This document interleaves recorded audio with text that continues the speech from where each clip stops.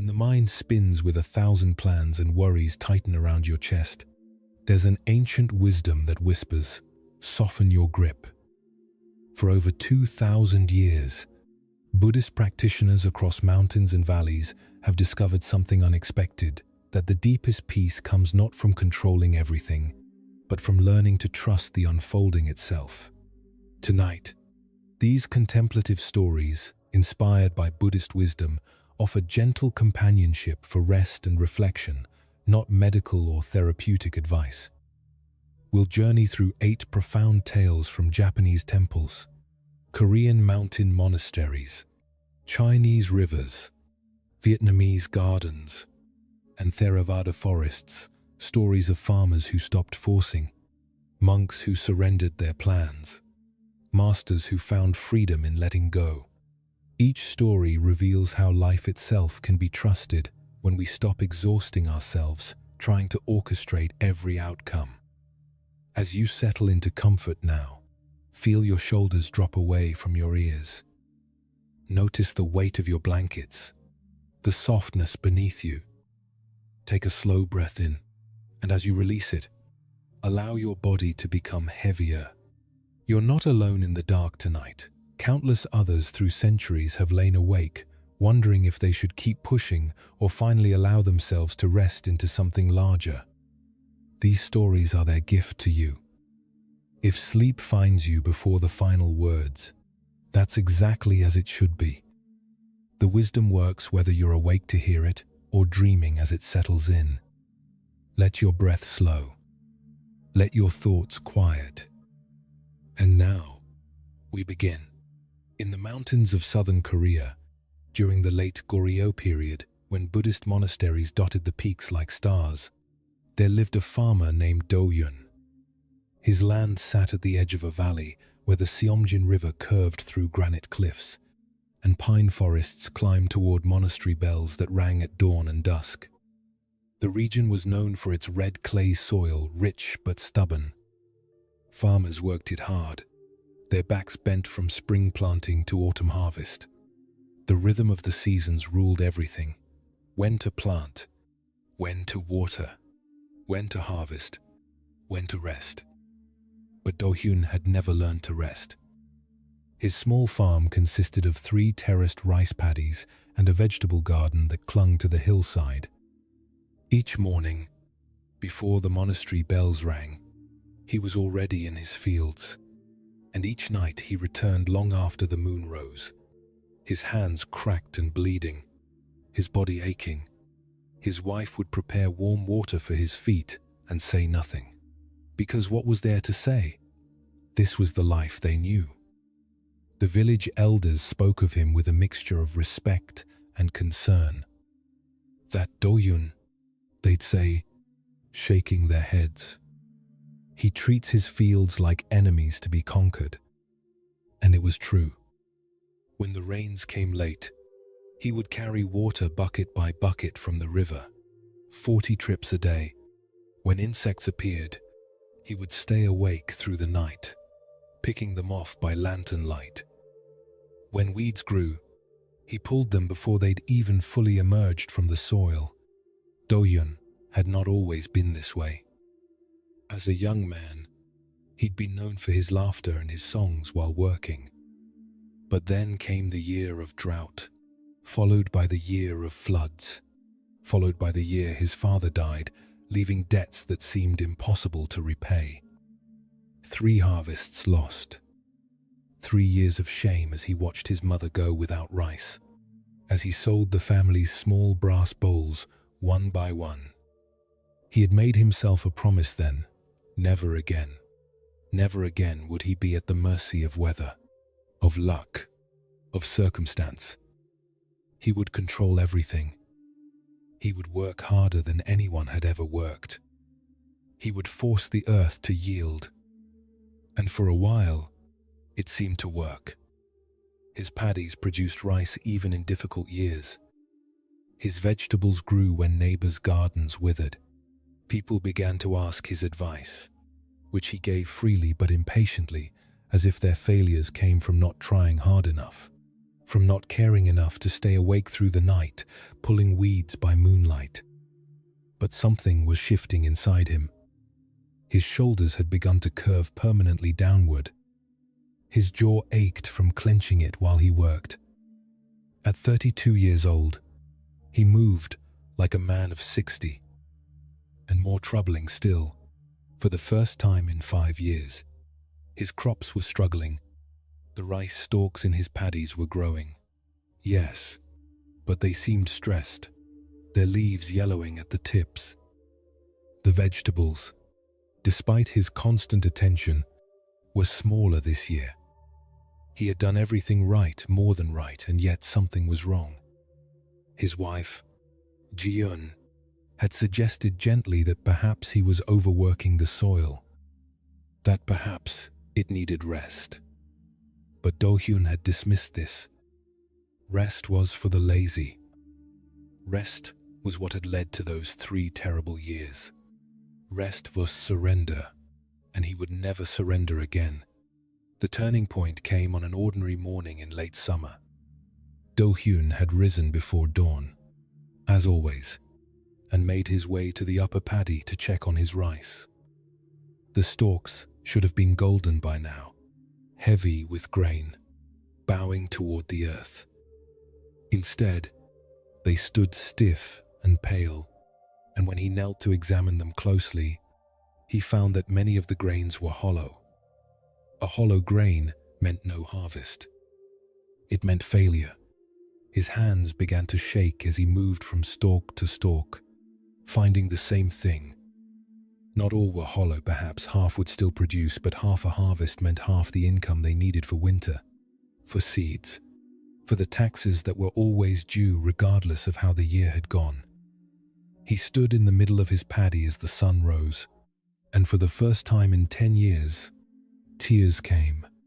Not the quiet tears that came sometimes at night when exhaustion overtook him, but deep sobs that shook his entire body. He had done everything. Everything. He had not rested. He had not relaxed his vigilance. He had controlled every variable he could control. And still, the earth was failing him. When the tears finally stopped, he found himself walking, not toward home, but up the mountain path toward Songgwangsa, the monastery where his father had sometimes gone to pray. Do-hyun had not been there since he was a child. He had no time for prayer, no patience for monks who spent their days sitting when there was work to be done. But this morning, his feet carried him there anyway. The monastery was quiet when he arrived, its stone walls warm in the morning light. A few monks were sweeping the courtyard, their movements slow and rhythmic. One of them, an elderly monk with a face like carved wood, looked up as Do-hyun approached. "I need to speak with someone," Do-hyun said, his voice rough. The monk studied him for a long moment, then nodded. "Master Wulmyong is in the garden. You may find him there." The garden was on the eastern side of the monastery, a small space where vegetables grew between patches of wildflowers. It looked, to Do-hyun's eyes, like chaos, nothing in straight rows. Plants mixing together without order. Weeds growing freely among the food crops. Master Wulmyong was an old man, perhaps 70, with hands that moved slowly as he worked. He was not weeding, Do-hyun realized. He was not even really working. He seemed to be simply observing, touching a leaf here, a stem there, studying the earth. "Master," Do-hyun said, "I have come because I don't know what else to do." Wulmyong looked up, his eyes clear and calm. "Sit," he said, gesturing to a flat stone near where he knelt.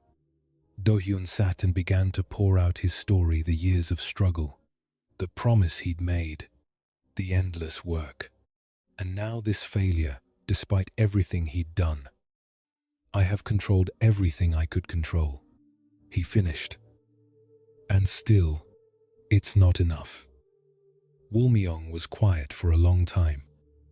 Then he reached down and pulled up a radish from the soil. It was large and healthy, its leaves deep green. "Did you see me plant this?" he asked. "No, Master. Did you see me water it each day? Worry over it? Guard it from insects?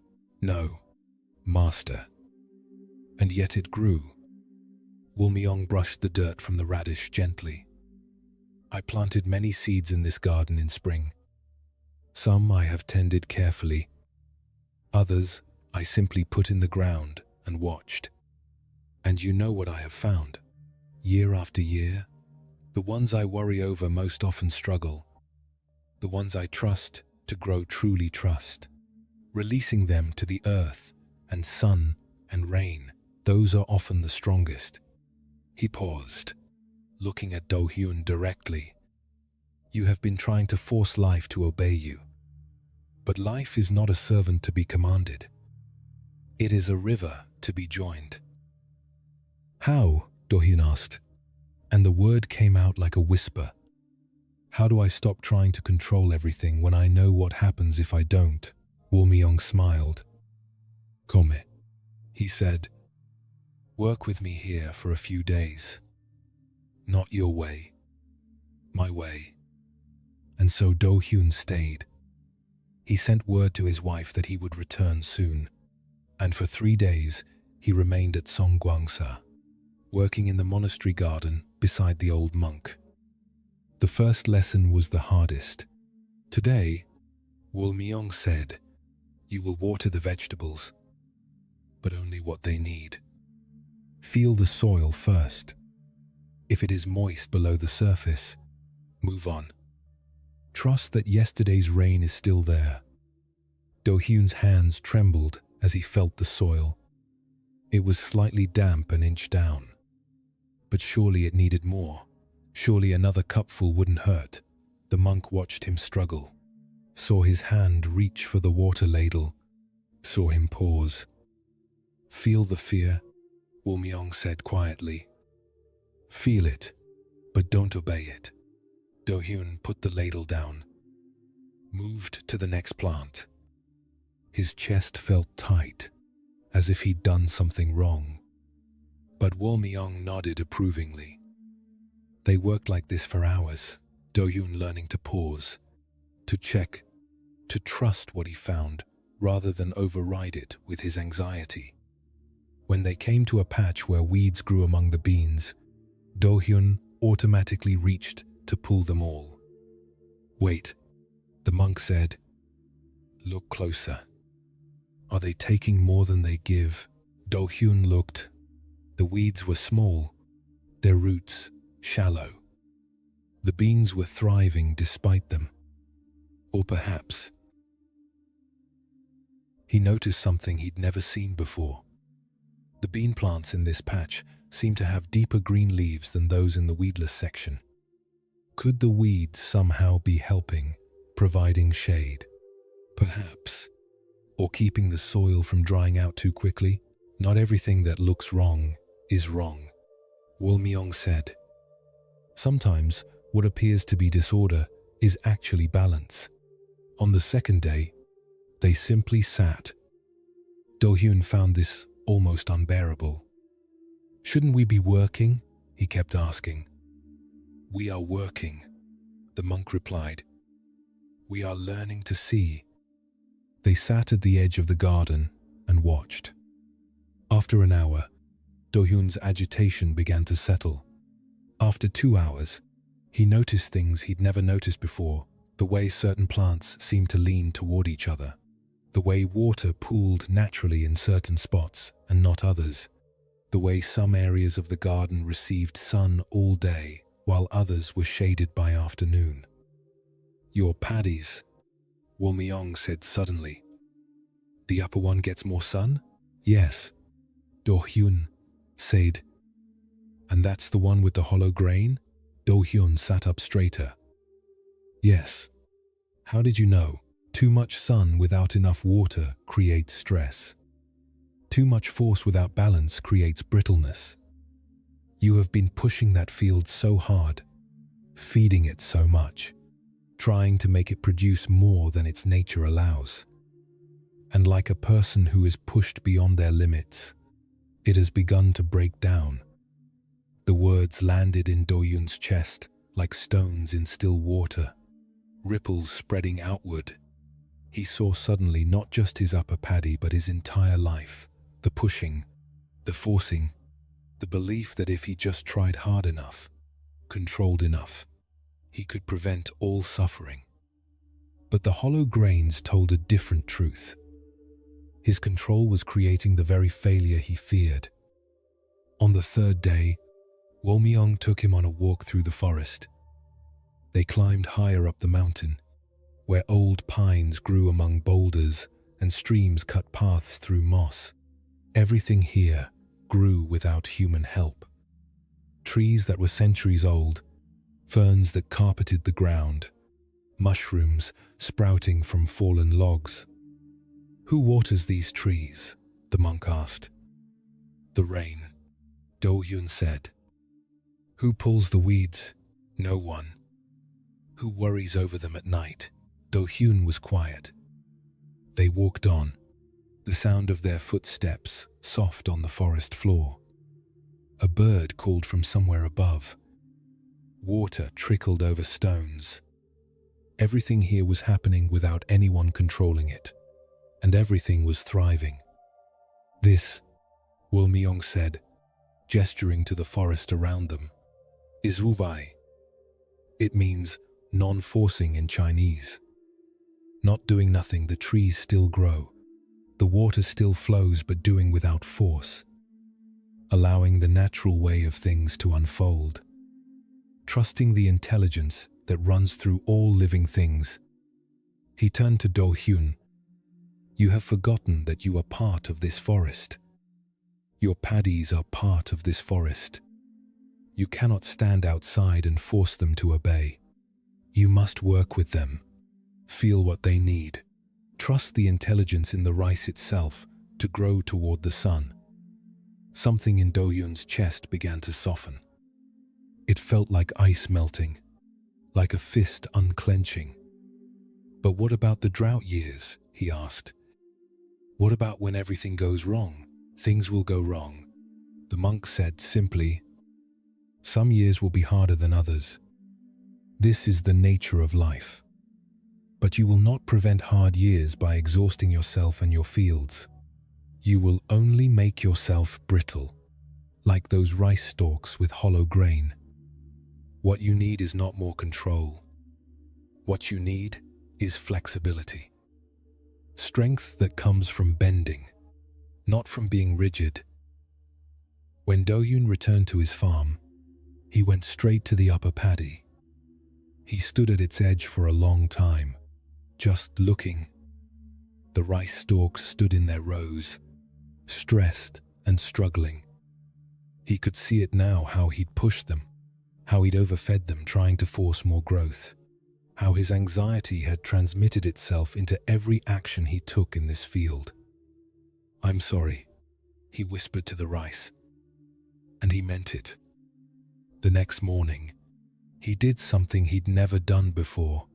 He woke early, as always, but before going to the fields, he sat on the wooden step outside his home and simply breathed. He felt the cool morning air, smelled the pine and river water, listened to the monastery bells ringing in the distance. Then he went to work, but differently. He checked the soil before watering and trusted what he found.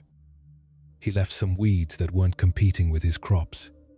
He stopped working past dark, coming home instead while light still touched the mountain peaks. His wife noticed immediately. "You seem different," she said one evening. "I'm learning to let the rice be rice," he told her. The harvest that year was smaller than he'd hoped. The hollow grains in the upper paddy meant less income. But something unexpected happened. His body stopped aching. His jaw unclenched. And in the spring, When he prepared the fields again, he worked with them instead of against them. He gave the upper paddy less fertilizer, let it rest more.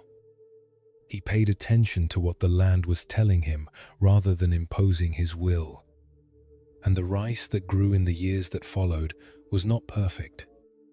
Some years were better than others, but it was healthy rice, and he was a healthy farmer. He had learned the wisdom that Master Wulmyong had shown him, that the deepest security comes not from controlling everything, but from trusting the unfolding itself. How many of us live like Do-hyun before his transformation? How many of us clench our way through life, believing that if we just plan enough, work hard enough, anticipate every problem, we can prevent all difficulty? We grip the steering wheel so tightly our knuckles go white. We rehearse conversations 100 times before having them.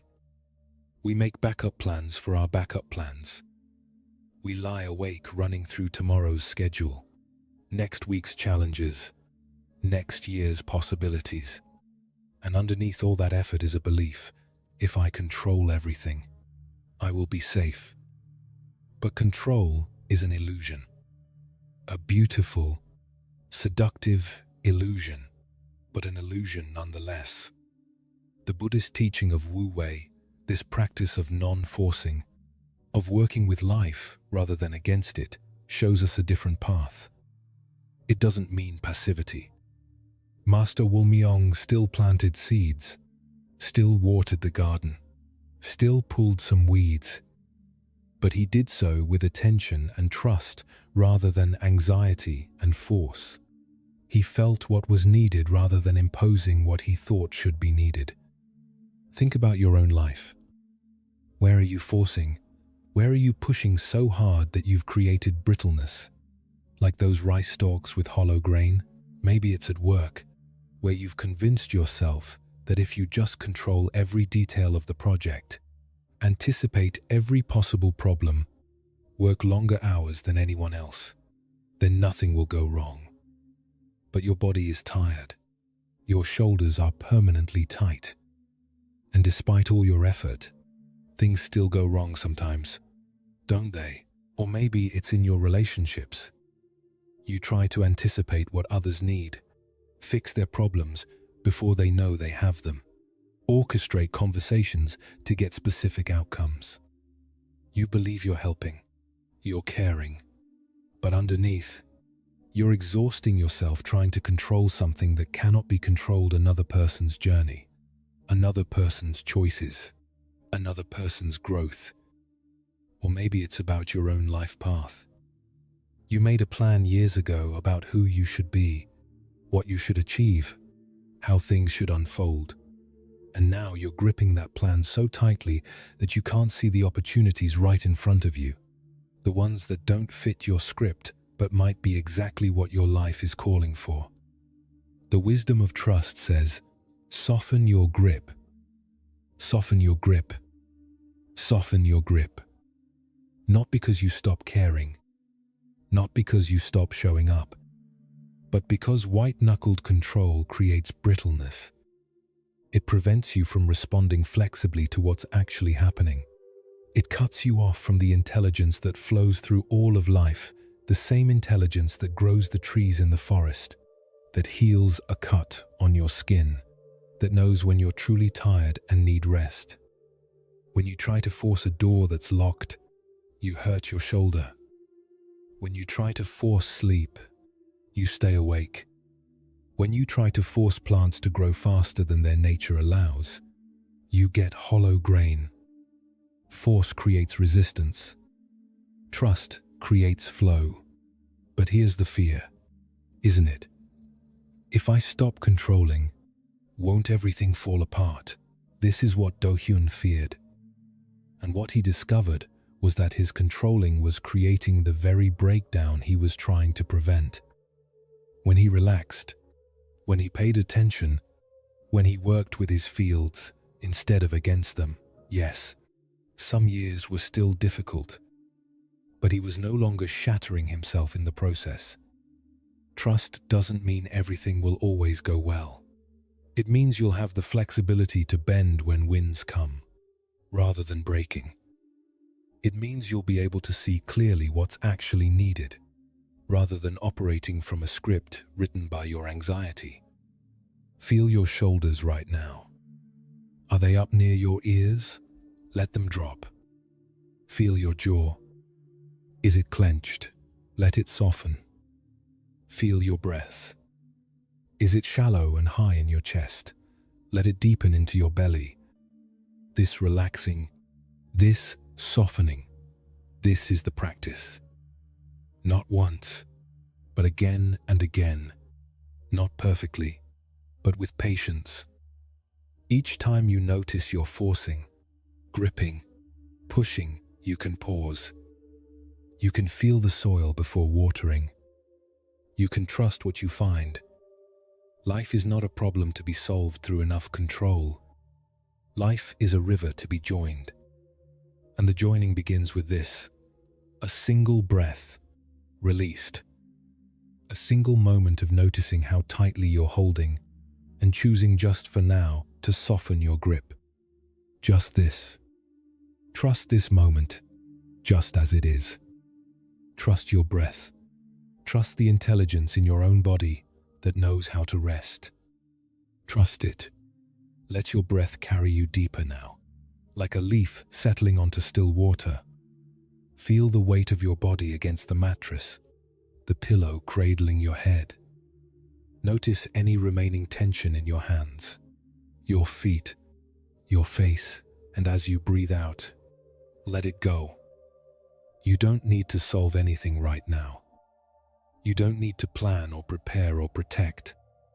For these few hours of darkness, you can release your grip on outcomes and simply let yourself be held. And as that deep trust begins to settle in your bones, another story rises, this one from the mountains of Japan, where a young monk learned that the universe itself has intelligence. And sometimes our greatest act of wisdom is simply to step out of the way and let life unfold.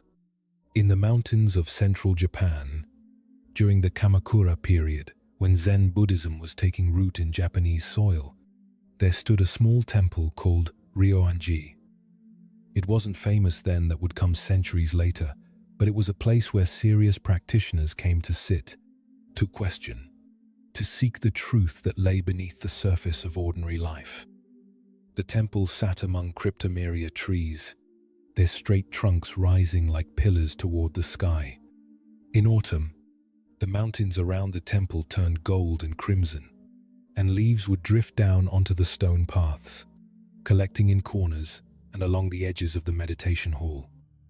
The air at that elevation was thin and clean, carrying the scent of cedar and the distant sound of a stream that wound through rocks below the temple grounds. It was a place of simplicity and silence. The monks rose before dawn, sat in meditation until their legs ached, worked in the garden, studied with their teachers, and sat again until darkness fell. Their meals were simple rice, pickled vegetables, miso soup. Their robes were plain. Everything about life at Ryoanji was designed to strip away distraction and turn the mind inward. Among the young monks who came to practice at this temple was one named Kenshin. He had arrived in late summer, his head freshly shaved, his heart full of questions. Unlike some who came seeking peace or escape from the world's suffering, Kenshin came seeking understanding. He wanted to know. He wanted to comprehend. He wanted to solve the mystery of existence itself. Kenshin had been the youngest son of a merchant family in Kyoto. His father sold silk, his brothers learned the trade, and his mother had hoped he would marry well and bring honor to the family. But from childhood, Kenshin had been different.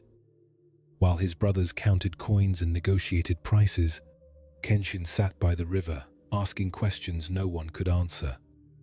Why does water always flow downward? What makes the moon change shape?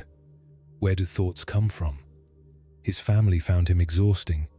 His questions had no end. and each answer only led to 3 more questions. When he was 15, after watching his grandfather die, the questions became more urgent and more troubling. Where had his grandfather gone? What was death? What was life? Was there something beyond this world of buying and selling silk, eating and sleeping, being born and dying? His parents, hoping he would settle down, arranged a good marriage. But on the night before his wedding, Kenshin left a letter of apology and walked out of Kyoto toward the mountains. He had heard of temples where men went to find answers to the deepest questions. He would find such a place. He would learn. He would understand. When he arrived at Ryoanji, the abbot, Master Bunkei, studied him with eyes that seemed to see through layers of pretense. "Why have you come?" the master asked. "To understand the nature of reality," Kenshin replied confidently. "To know the truth." Master Bunkei was silent for a long moment. Then he said, "Very well. But I warn you, the path to understanding is not what you think." Kenshin didn't understand the warning. He bowed deeply and entered the temple as a novice, sure that with enough study, enough meditation, enough dedication, the answers would come. That had been 4 months ago. And now, as autumn deepened and the first cold winds came down from the peaks, Kenshin was discovering that the more he sought answers, the more confused he became. The trouble had begun during his first private meeting with Master Bunkei. These meetings happened every few weeks, a chance for students to present their understanding, to ask questions, to receive guidance. Kenshin had prepared carefully. He had been studying the Heart Sutra, memorizing its lines about emptiness and form. He was ready to demonstrate his growing comprehension. He entered the master's room and bowed. Master Bunkei sat perfectly still, his face neutral. "I have been studying the teaching that form is emptiness and emptiness is form," Kenshin began. "I believe I'm beginning to understand that all things are interconnected, that nothing has independent existence, that—" "Stop," Master Bunkei said quietly. "Don't tell me what you've read. Show me what you know." Kenshin blinked. I just explained it, Master." "No. You repeated words. Show me your understanding." Kenshin's mouth opened, then closed. How could he show understanding except by explaining it? He tried again, using different words, drawing on other texts he'd studied. Master Bunkei listened without expression, then rang a small bell. "Come back when you have something to show me." The dismissal stung. Kenshin returned to his practice with new intensity. He sat longer in meditation. He studied more texts. He questioned other monks about their understanding. Surely if he just worked harder, thought more carefully, analyzed more deeply, he would break through to the understanding Master Bunkei wanted to see. But the next meeting went no better. And the one after that. Each time, Kenshin would arrive with new insights, new explanations, new frameworks for understanding reality. And each time, Master Bunkei would listen briefly, then ring the bell. "You're trying to catch water with a net," the master said after the 4th meeting. "The harder you try, the less you hold." Kenshin left that meeting feeling something close to despair. What was he doing wrong? He was working harder than anyone else in the temple. He was sincere. He truly wanted to understand. Why couldn't he grasp what the master was pointing to? The other monks began to notice his struggle. Some offered advice. "Stop thinking so much. Just sit. Let it come naturally."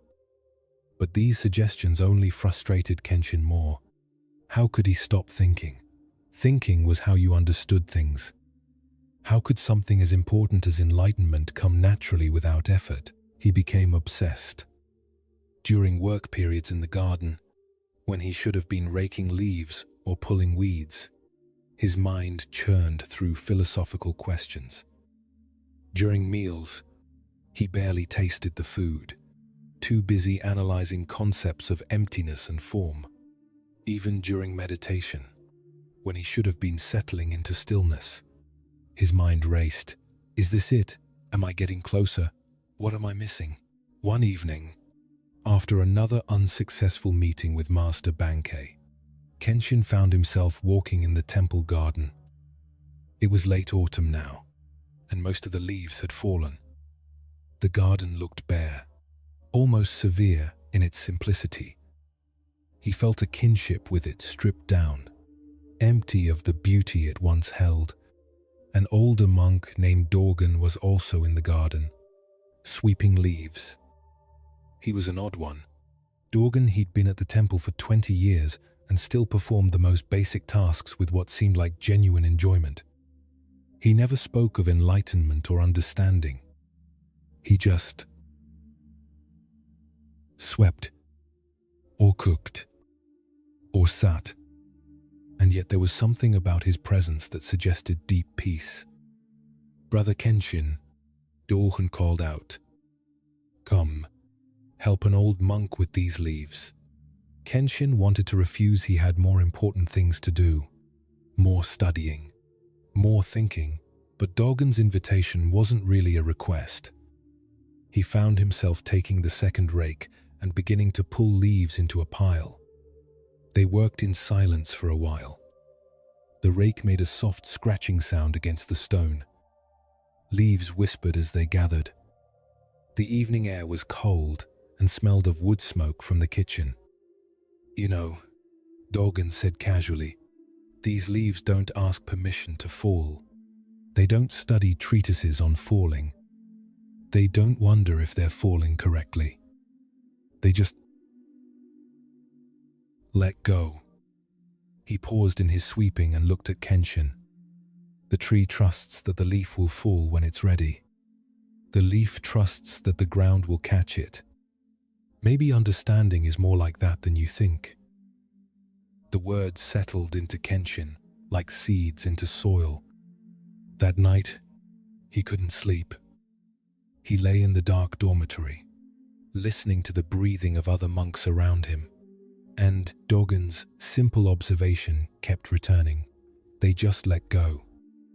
Was it possible that his very seeking was preventing what he sought, that his questions were blocking the answers? The idea seemed absurd. And yet, he thought about the last 4 months. All the studying, all the thinking, all the desperate grasping for understanding. And what had it brought him? More confusion, more frustration, more distance from the peace he saw in monks like Dogen, who seemed to have stopped seeking altogether. In the morning, instead of rushing to the meditation hall, Kenshin walked slowly. He noticed the frost on the stone path, how it caught the early light.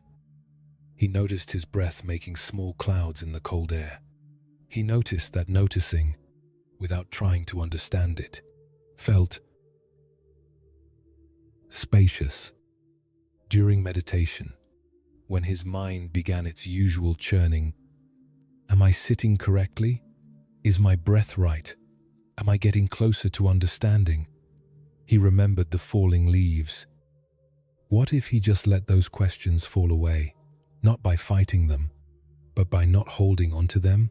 The first few times he tried this, the questions came back immediately, like elastic snapping back into place. But gradually, as the morning wore on, there would be moments, just seconds at first, where his mind was simply quiet.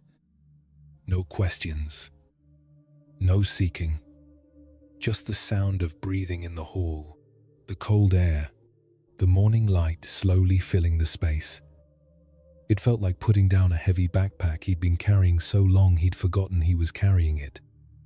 That evening, During work practice, Kenshin found himself truly raking leaves for the first time. Not thinking about raking leaves while his mind was elsewhere, but actually feeling the rake in his hands, seeing the patterns the leaves made, hearing the sound they made gathering together. It was so simple, so ordinary, and yet something about it felt more real than all the philosophical concepts he'd been wrestling with. Dorhan, working nearby, caught his eye and smiled. Not a knowing smile, not an encouraging smile, just a simple, the genuine smile of someone enjoying raking leaves on an autumn evening. The shift happened gradually over the following weeks. Kenshin didn't suddenly have a dramatic enlightenment experience. Instead, he found himself releasing questions the way the trees released leaves. A question would arise. What is the nature of consciousness? And instead of gripping it, analyzing it, trying to solve it, he would notice it and let it pass, like a cloud moving through the sky. At first, this felt like giving up, like he was abandoning his search for truth. But slowly, he began to notice something unexpected. The less he grasped for understanding, the more life itself began to teach him. He learned about impermanence not from studying texts, but from watching his breath, each inhale unique, each exhale gone forever. He learned about interconnection not from philosophical analysis, but from noticing how the temple bell's sound affected his state of mind, how the mood of one monk influenced others, how his own inner turmoil created ripples in the community. He learned about emptiness not by understanding the concept, but by noticing the space between thoughts, the silence between bell rings, the stillness that held all the temple's activity. One morning, about 6 weeks after his conversation with Dorgan, Kenshin had his regular meeting with Master Bankei. For the first time, he entered without having prepared anything to say. He simply bowed and sat quietly. Master Bankei regarded him for a long moment. Then he asked, "What is the sound of one hand clapping?" It was a classic koan, one Kenshin had analyzed endlessly in his first months at the temple. He'd come up with dozens of clever interpretations, philosophical frameworks, metaphorical meanings. But now, sitting before his teacher, none of those arose. Instead, something else happened. Kenshin found himself simply present with the question, not trying to answer it, not trying to figure it out, not trying to prove his understanding. Just there, with the question, with the master, with the morning light on the floor between them. After a moment, he lifted his right hand and held it up, palm forward. Then he slowly lowered it. That was all. Master Bankei's face remained neutral, but something shifted in his eyes. "And why this?" he asked softly. "Because," Kenshin said, and he was surprised by his own voice. It was quieter than usual, more natural. Sound happens when conditions meet. One hand isn't one hand seeking another hand. It's just this. He gestured to the space around them. The morning, the temple, the mountain, everything. Nothing separate. Master Bankei was quiet for a long time. Then he smiled a real smile, warm and genuine. "You've stopped trying to catch water with a net," he said. "Now you're letting yourself be water." It wasn't a confirmation that Kenshin had got it. It wasn't graduation or completion. It was simply an acknowledgement that something had shifted. The desperate seeking had released. The questions that had driven him from Kyoto, that had consumed him for months, had finally been allowed to settle like leaves after wind stops blowing. And in that settling, in that release, understanding wasn't something he'd grasped. It was something he'd become. In the months that followed, Kenshin's practice changed in subtle ways. He still sat in meditation, still worked in the garden, still studied with Master Bankei. But there was a quality of ease now, of trust. He no longer approached each day as a problem to be solved or a mystery to be cracked. When questions arose, and they still did, he held them more lightly. Sometimes they would dissolve on their own. Sometimes an answer would emerge not from thinking but from living. And sometimes questions simply remained questions, and that was fine too. He found himself drawn to simple tasks, sweeping the paths, preparing rice, mending robes. Work that his ambitious younger self would have dismissed as wasted time now felt rich with presence. Each action complete in itself, not a means to some other end. One winter morning, as he raked snow from the temple steps, a young monk arrived, newly shaved head, eyes burning with intensity, clearly full of questions. Kenshin recognized himself from 6 months ago. "Excuse me," the young monk said breathlessly. "Can you tell me where I might find the master? I've come seeking understanding of the Dharma."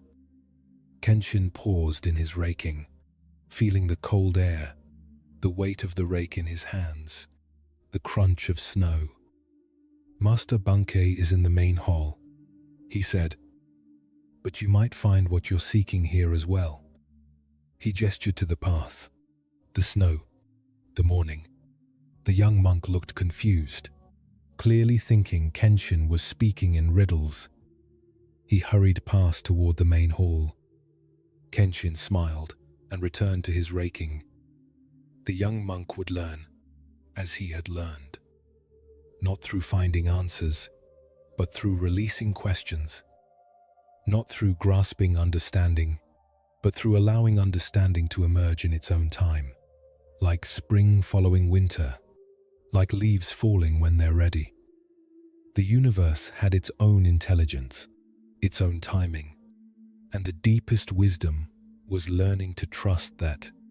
How tightly are you gripping your questions right now? How much energy goes into trying to figure everything out, understand everything, solve every uncertainty before moving forward? Perhaps you lie awake asking, should I stay in this job or leave? Should I have this difficult conversation or wait? Am I making the right choices? Why do I feel this way? What's wrong with me? When will things get better? The questions spin and spin, like Kenshin's mind during those first months at the temple. And underneath all those questions is a belief. If I just think hard enough, analyze deeply enough, consider all the angles, I will find the answer that makes everything clear. But what if the questions themselves are creating the confusion?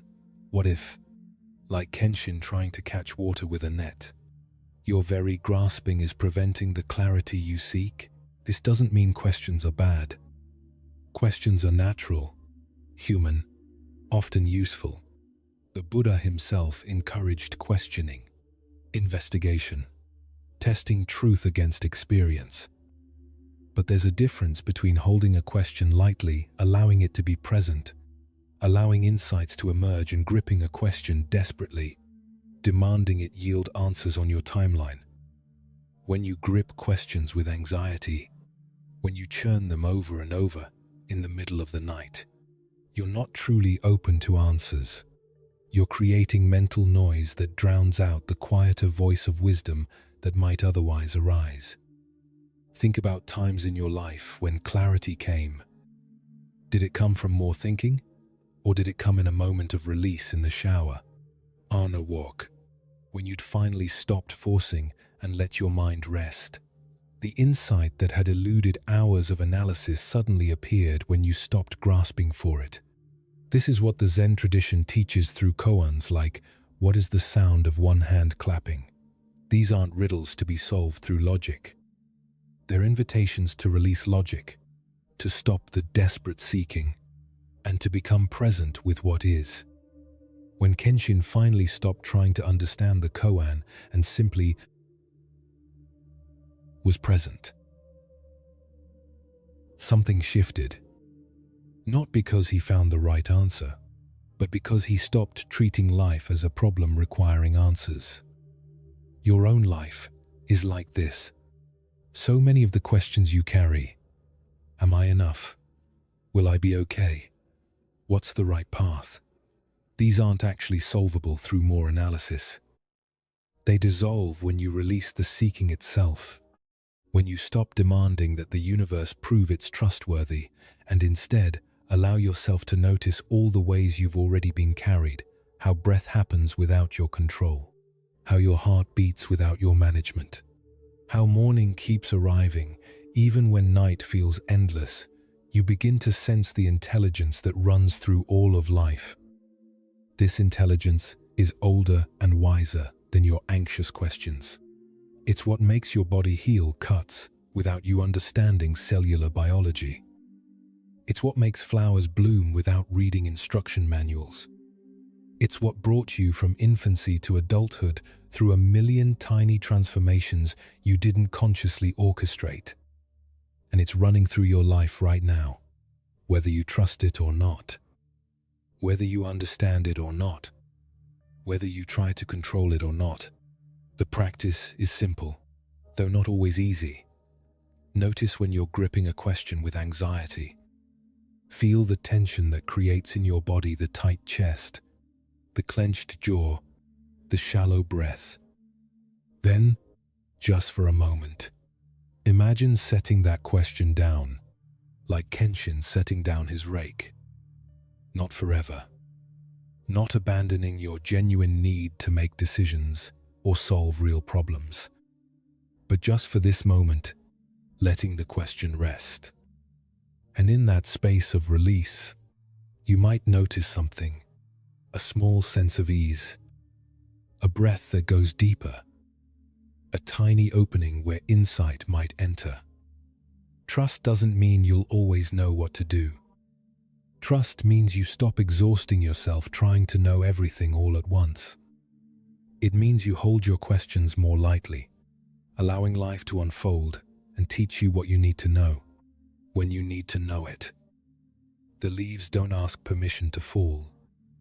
They don't wonder if they're falling correctly. They simply release their grip on the branch when the time comes, trusting the ground will catch them. And it does. Every time. It does.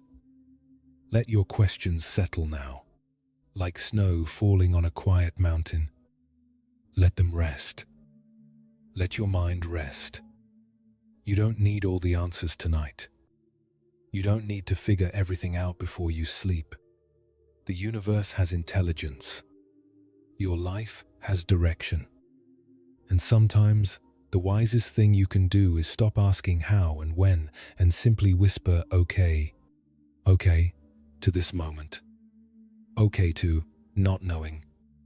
Okay to trusting what you cannot see. Feel the ease that comes when you stop gripping. Notice how your shoulders soften when you release the need to understand everything. How your jaw loosens when you stop clenching around questions. Your breath knows how to breathe. Your body knows how to rest. And something deeper than your conscious mind knows how to carry you through the night into morning. Let yourself be carried now. Let the questions that brought you to this moment settle into silence. Let the seeking that has driven you so hard finally rest. And as your mind grows quieter, another story emerges from ancient China, where a painter discovered that the most beautiful art comes not from trying to create something perfect, but from trusting the brush to move on its own. In the city of Hangzhou, during the late Tang dynasty, when the West Lake reflected temples and willows like a mirror holds memories, there lived a painter named Mei Feng. Her studio sat above a tea shop near the lake's edge, a small room with windows that caught the morning light and walls stained with years of ink splatters. Hangzhou in those days was a city of artists and poets, of scholars who gathered in pavilions to compose verses while drinking wine, of calligraphers whose work adorned temple walls. Beauty was valued here, not just appreciated, but studied, analyzed, perfected. There were rules for how bamboo should be painted, proper proportions for mountains, correct techniques for rendering water. Mei Feng had learned all these rules. Her father had been a respected painter, and from childhood she had watched him work the precise way he ground ink, the calculated angle of his brush, the careful planning that went into each composition. A painting, he would tell her, is like building a house. You need a plan. You need structure. You need to know where every element will go before you make your first mark. She had been a dutiful student. By the time she was 25, Mei Feng could paint bamboo that looked exactly like the bamboo in the classical master's scrolls. She could render mountains in the approved style, clouds in the traditional manner, birds with the proper economy of brush strokes. Her work was technically flawless and completely lifeless. She knew it, even if others praised her technique, even if customers commissioned her work. She could feel the difference between her paintings and the old masterpieces she studied. The ancient scrolls had some quality of breath, of spontaneity, of life itself, captured in ink that her careful, planned paintings lacked. Mei Feng's struggle with her art had begun to affect everything else in her life.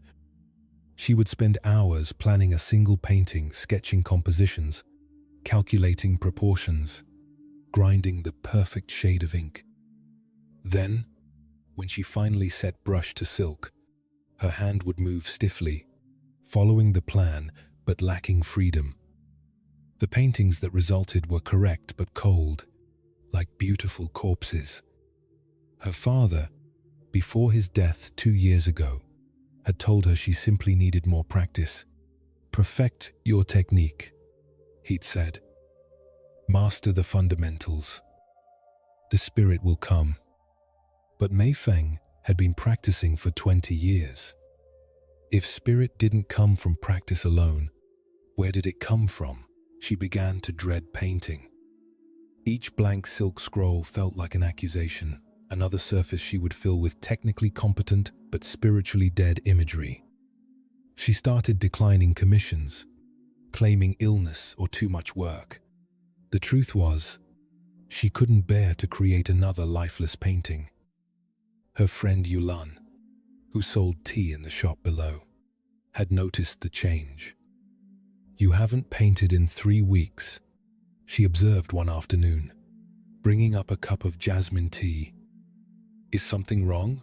"Everything's wrong," Mei Feng said, staring at a stack of blank scrolls. "I know how to paint, but I don't know how to." "Let the painting live." Yulan was quiet for a moment, then said, "My uncle, you know, the old drunk who sits by the lake, he used to be a painter. A famous one, actually, before he gave it all up. Maybe you should talk to him." Mei Feng had seen the man Yulan meant.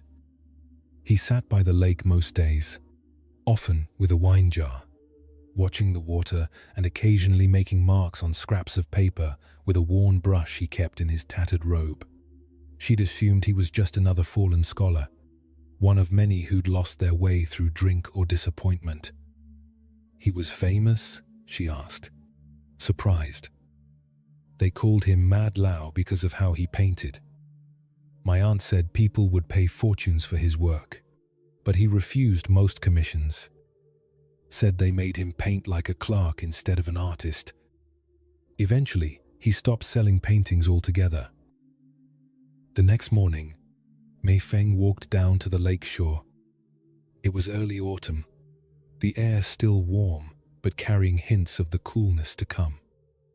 Lotus flowers dotted the water's edge, and a light mist hung over the lake's surface. Mad Lao sat on a flat stone near the water, exactly where Yulan had said he'd be.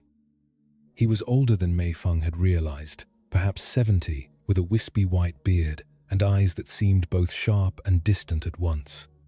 Before him lay several scraps of paper, and he was making quick, fluid marks with his brush, barely glancing down as he worked. "Uncle Lao," Mai Feng said, bowing respectfully. "May I speak with you?" He looked up, squinting at her. "You're the painter, the one in the studio above the tea shop. I've seen you looking out the window like a bird in a cage." The observation startled her. "Yes. Yulan said, "You might be able to help me." "Help you what? Paint like everyone else? You already do that."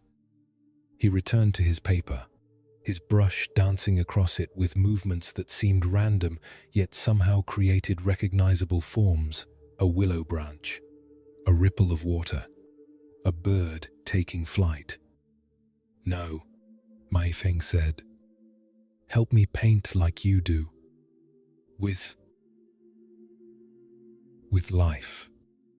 Mad Lao laughed, a rough sound like stones tumbling. "You can't learn to paint with life. That's the whole problem. You're trying to learn it." He set down his brush and looked at her directly. "Sit. Watch. Don't talk." Mai Feng sat on the stone beside him. For a long time, neither of them spoke. Mad Lao would occasionally dip his brush in the inkstone at his side, then make a few marks on a scrap of paper. But mostly he just looked at the lake, at the way light moved on water, the way mist shifted, the way an egret stood motionless in the shallows. After perhaps an hour, he said without looking at her, "What do you see?" Mei Feng looked at the lake. "I see water, mist, that bird, the far shore, mountains in the distance." "No," Mad Lao said. "You see words. You see categories. You see things you learn names for. Look again. Don't name. Just see." Mai Feng tried.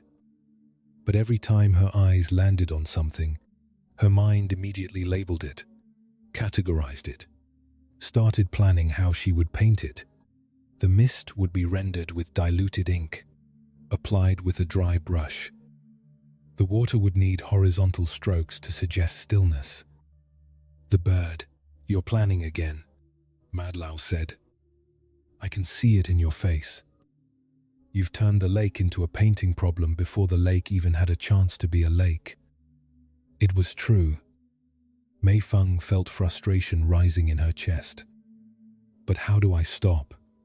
This is how my mind works. I see something, and I think about how to paint it. That's what painters do. That's what craftsmen do," Mad Lao corrected. "Painters do something else. They let the lake paint itself through them." He paused, then added, "Do you know the teaching of Wu Wei, non-forcing?" Mai Feng nodded. She'd heard of it, a Taoist concept about acting in harmony with the natural way of things. Wu Wei applies to painting just as much as anything else, Mad Lao said.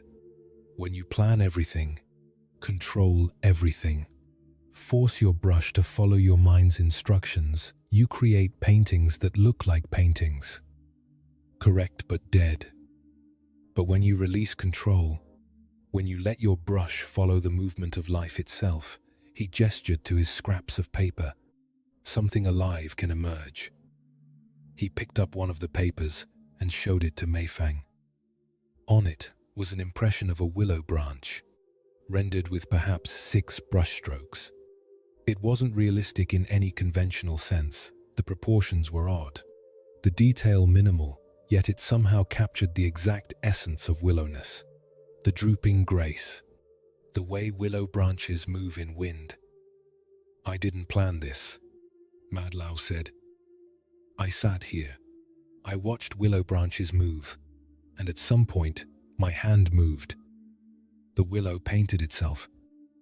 I was just present." Mei Feng returned to the lakeshore the next morning, and the next. Each time, Mad Lao would let her sit beside him in silence. Sometimes he would paint. Sometimes he would just watch. Occasionally he would say something cryptic. "Stop painting with your head. The brush knows the way. Trust the empty space." The teachings frustrated her. They were vague, impractical, impossible to implement. She wanted techniques, methods, steps to follow. Instead, Mad Lao gave a paradox. After a week of this, Mei Feng's frustration boiled over. "I don't understand," she said. "You keep talking about letting go, not planning, trusting the brush. But I need some kind of method, some way to practice this." Mad Lao was quiet for a moment, watching a lotus flower rock gently in the water. Then he said, "Bring your materials tomorrow. You'll paint here." The next morning, Mi Feng arrived with a small table, ink, brushes, and several sheets of rice paper. She set everything up on the flat stones by the water. Mad Lao watched her careful preparations, the way she tested each brush, arranged her tools precisely, laid out the paper just so. "Now," he said, "paint that lotus." He pointed to a pink flower about 10 feet away, its petals just beginning to open in the morning warmth. Mei Feng studied the lotus carefully. She began mentally composing the painting, where the flower would sit on the page, how to balance it with a few leaves, what shade of ink to use for shadows. She reached for her brush. "Stop," Mad Lao said. "You're planning again. I can see it in your eyes. But I have to plan. I have to know what I'm going to paint before I—" "No, you don't. That's the lie you've been taught." He leaned forward. "Here's what you're going to do. You're going to look at the lotus. Just look. Don't analyze. Don't plan. Don't think about how you'll paint it. Just let your eyes be there with the flower." Mei Feng tried. She looked at the lotus, but immediately her painter's mind engaged, noting the curve of petals, the way light caught the edges. "Stop," Mad Lao said again. "You're not looking. You're collecting information. Look the way a child looks. The way you looked at flowers before anyone taught you to be a painter." It was harder than Mei Feng had imagined. This simple act of looking. Every time she thought she was just seeing, her mind would slip back into analysis mode. But gradually, after perhaps 20 minutes of sitting there, something shifted. The lotus stopped being a painting problem and became simply a lotus. Pink. Soft. Moving slightly in the breeze. Beautiful not because of its perfect proportions, but because of its lotusness. Its particular way of being a flower in this moment on this morning. "Good," Mad Lao said quietly. "Now, without thinking, pick up your brush and let your hand move. But I don't know what. Don't know. Just move." Mei Feng's hand trembled as she picked up the brush. Every instinct told her to plan first, to decide what she would paint and how. Instead, she dipped the brush in ink and, without letting herself think, brought it to the paper. The first stroke was terrifying. It went where her hand took it, not where she intended. It was too thick, too bold, wrong. But Mad Lao's hand caught her wrist before she could stop. "Keep going. Don't judge. Just let the brush dance." And so, Mei Feng continued, stroke after stroke, each one emerging not from a plan but from some deeper place, the place that had been watching the lotus. the place that existed before words and plans and techniques. Her brush moved fast, then slow, bold marks and delicate ones. Some strokes captured something of the lotus's essence. Others seemed random, meaningless. She had no idea what she was creating. Usually she could see the painting in her mind before she made it. Now she was painting blind, trusting or trying to trust that her hand knew something her mind didn't. After perhaps 5 minutes, she stopped. Not because she decided the painting was done, but because her hand simply stopped moving. She looked down at what she'd created. It wasn't good. At least, it wasn't good by the standards she'd been taught. The composition was off-center. The proportions were wrong. Some strokes were clumsy, hesitant. But there, among the flaws and awkwardness, was something she'd never achieved before, a sense of life. The lotus on the paper wasn't realistic, but it felt real. It breathed. "It's terrible," Mei Feng whispered, but her voice caught. Because it wasn't terrible. It was alive in a way none of her technically perfect paintings had ever been. "It's honest," Mad Lao corrected. "For the first time, you painted what you actually saw and felt, not what you thought you should paint. The technique will come. But first you had to remember how to see. How to let your hand be moved by what you're seeing rather than by your plans." Over the following weeks, Mei Feng returned to the lake each morning. She painted flower after flower, bird after bird, ripple after ripple of water. Some paintings were successful. Most weren't. But slowly, very slowly, she began to feel the difference between forcing and allowing, between controlling and trusting. Her hand learned what her mind couldn't teach it, the way ink wants to flow, the way a brush has its own wisdom, the way a painting emerges not from plans but from presence. By winter, something had fundamentally shifted in Mei Feng's work. She still practiced technique. A brush needed to be wielded skillfully, after all. But the technique now served spontaneity rather than controlling it. She learned to hold her knowledge lightly, to let years of training become a foundation that her hand could draw on, without her mind having to direct every movement.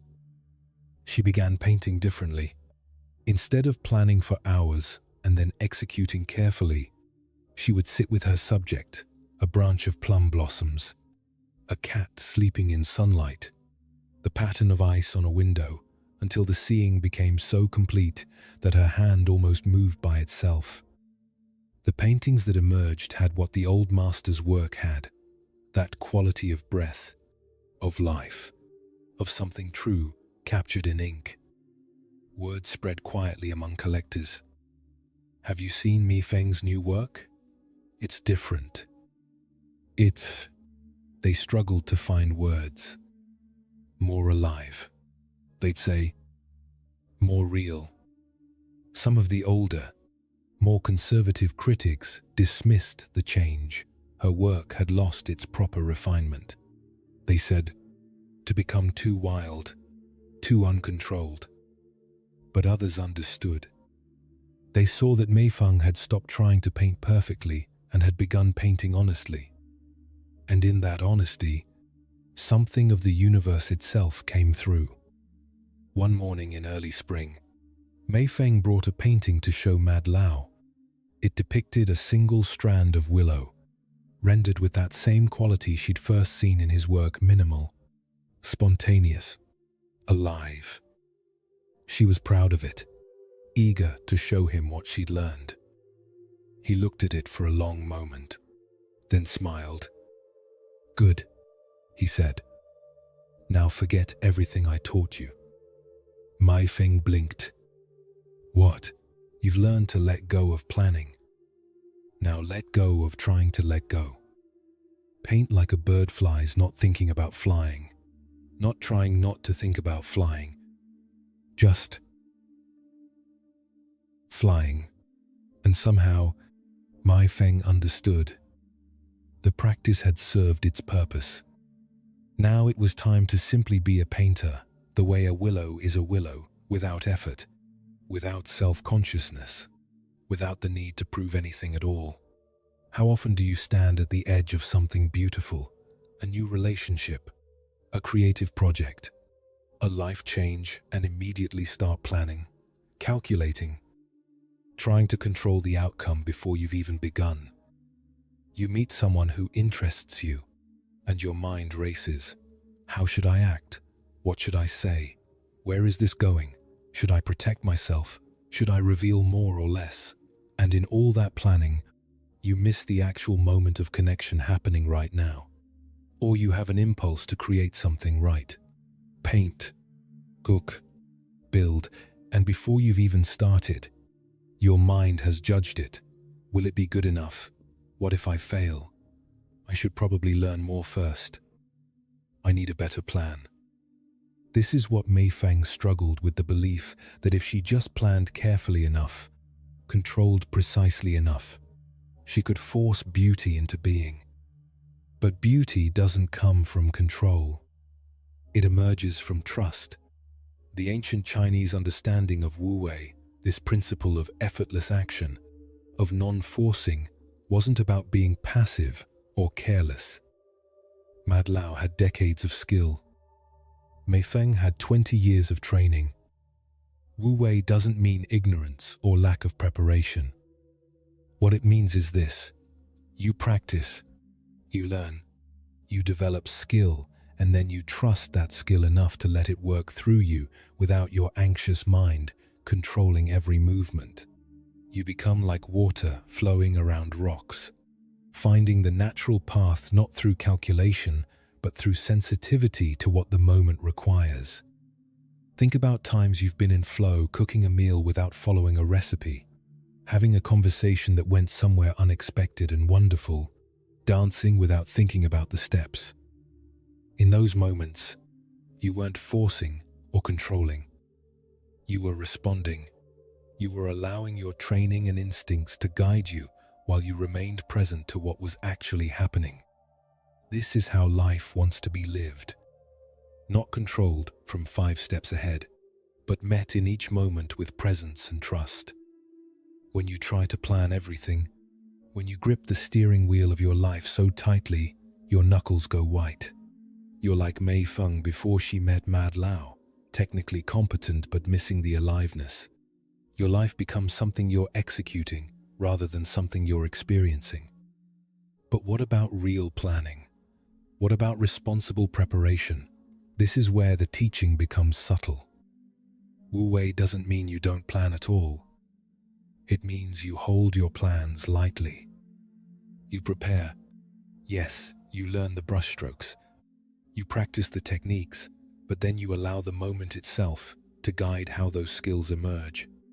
You prepare for the job interview, but in the actual conversation, you're present to the person across from you rather than rigidly following your script. You think about your creative project, but when you sit down to work, you let your hands move. Let the work unfold. Stay open to where it wants to go, rather than forcing it to match your vision. The universe has intelligence running through it, the same intelligence that makes your heart beat, that heals your wounds, that turns seeds into forests. This intelligence is moving through your life too. Your work is not to control it, but to align with it, to trust it enough to let it guide your hands, your choices, your unfolding path. When Mai Feng finally created paintings that lived, it wasn't because she stopped using technique. It was because she stopped letting technique control her. She had skills, but she'd learned to let those skills serve something larger, the actual truth of what she was seeing, the actual impulse moving through her in the moment. Your life can be like this. You can know things, have skills, make plans, and still remain open, flexible, trusting. You can prepare and then release the preparation, letting each moment teach you what it needs. Feel your breath right now. You're not controlling it, are you? You're not planning each inhale, calculating the depth of each exhale. Your breath happens. Your body knows. And yet you're breathing perfectly, breath after breath, without any effort. This is the wisdom of trust. Your life already knows how to unfold. Your deepest self already knows the next right step, even when your anxious mind doesn't. The practice is learning to get out of the way, to plan less and see more, to control less and trust more. Let your hand move across the page of your life, not according to some rigid plan drawn up years ago, but according to what this moment actually requires. Let the painting of your life emerge not from force, but from presence. The brush knows the way. The brush knows. Trust it. Let that trust settle deeper now, like ink soaking into paper, becoming part of the fabric itself. Your body is already relaxing without you directing it to. Your mind is already quieting without you forcing it to. This is the way things naturally move when you stop pushing, stop planning, stop trying to orchestrate every detail. Feel the mattress beneath you, how it receives your weight without effort. Feel the blankets, how they rest on you with perfect pressure. Everything is already happening, already unfolding. You don't need to manage it. And as you release control even further, another story emerges, this one from the forests of Vietnam, where a young woman learned that sometimes the deepest faith comes not from understanding the path, but from trusting it, even when you cannot see where it leads. In the highlands of central Vietnam, during the early years of the 20th century, when the old ways still held sway in the mountain villages, there lived a young woman named Linh. Her home was in a village called Da Lat, nestled among pine forests and tea plantations, where morning mists rolled through valleys like rivers of cloud, and the air smelled of earth and eucalyptus. The region was known for its beauty and its Buddhist monasteries. Scattered among the mountains were small temples where monks and nuns practiced in the tradition that had been carried from China centuries before and had taken root in Vietnamese soil, becoming something distinctly its own, gentler, perhaps more focused on engaged compassion, on bringing the Dharma into daily life rather than retreating completely from the world. Linh had grown up hearing the temple bells that marked the hours, watching monks walk single file down mountain paths to collect alms in the village, listening to her grandmother chant sutras in the evenings. Buddhism wasn't separate from life here, it was woven through everything, like the mist that wove through the pines. But Linh herself had never been particularly devout. She had a practical mind, good with numbers and planning. At 19, she worked in her father's tea business, keeping the accounts, managing shipments to the cities below. She was engaged to be married to a merchant's son from a neighboring village, a sensible match that would strengthen both families' positions. Her life was laid out before her like a well-maintained road, clear, safe, predictable. And then, one morning in late autumn, everything changed. The change began with a dream. Linh had never been one to pay much attention to dreams. She usually forgot them by breakfast, but this dream stayed with her, vivid and strange. In it, she was walking on a forest path she didn't recognize. The path was narrow and twisted through dense bamboo, and she couldn't see more than a few feet ahead. But she wasn't afraid. She felt compelled to keep walking, as if something important waited ahead, just beyond the next turn. In the dream, she walked and walked, never arriving anywhere, never seeing her destination, but feeling absolutely certain that she was heading in the right direction. When she woke, the feeling of certainty remained, though she had no idea what it meant. She tried to dismiss it. Dreams were just dreams, the mind processing the day's events, nothing more. But the dream returned the next night, and the next. Always the same path. The same sense of walking towards something she couldn't see but needed to find. After a week of this, Lynn's sleep had become restless. She found herself distracted during work, making errors in the account books. Her mother noticed her daughter's distant gaze and asked if she was nervous about the upcoming wedding. "It's natural to feel uncertain," her mother said gently. "But you'll see, marriage to Thon will be good for you. Stability, security, everything a woman needs." But that wasn't what was troubling Lynn. She wasn't uncertain about Thon. He was kind enough, steady, exactly the sort of husband her practical mind knew she should want. What troubled her was the growing sense that her carefully planned life, safe and predictable as it was, felt like a jacket that had become too small. She couldn't quite breathe in it anymore.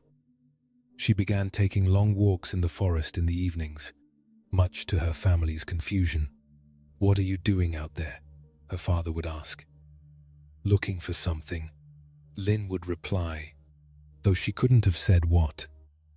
One evening, her walk took her up a path she'd never explored before, and she found herself at the gate of a small temple she hadn't known existed.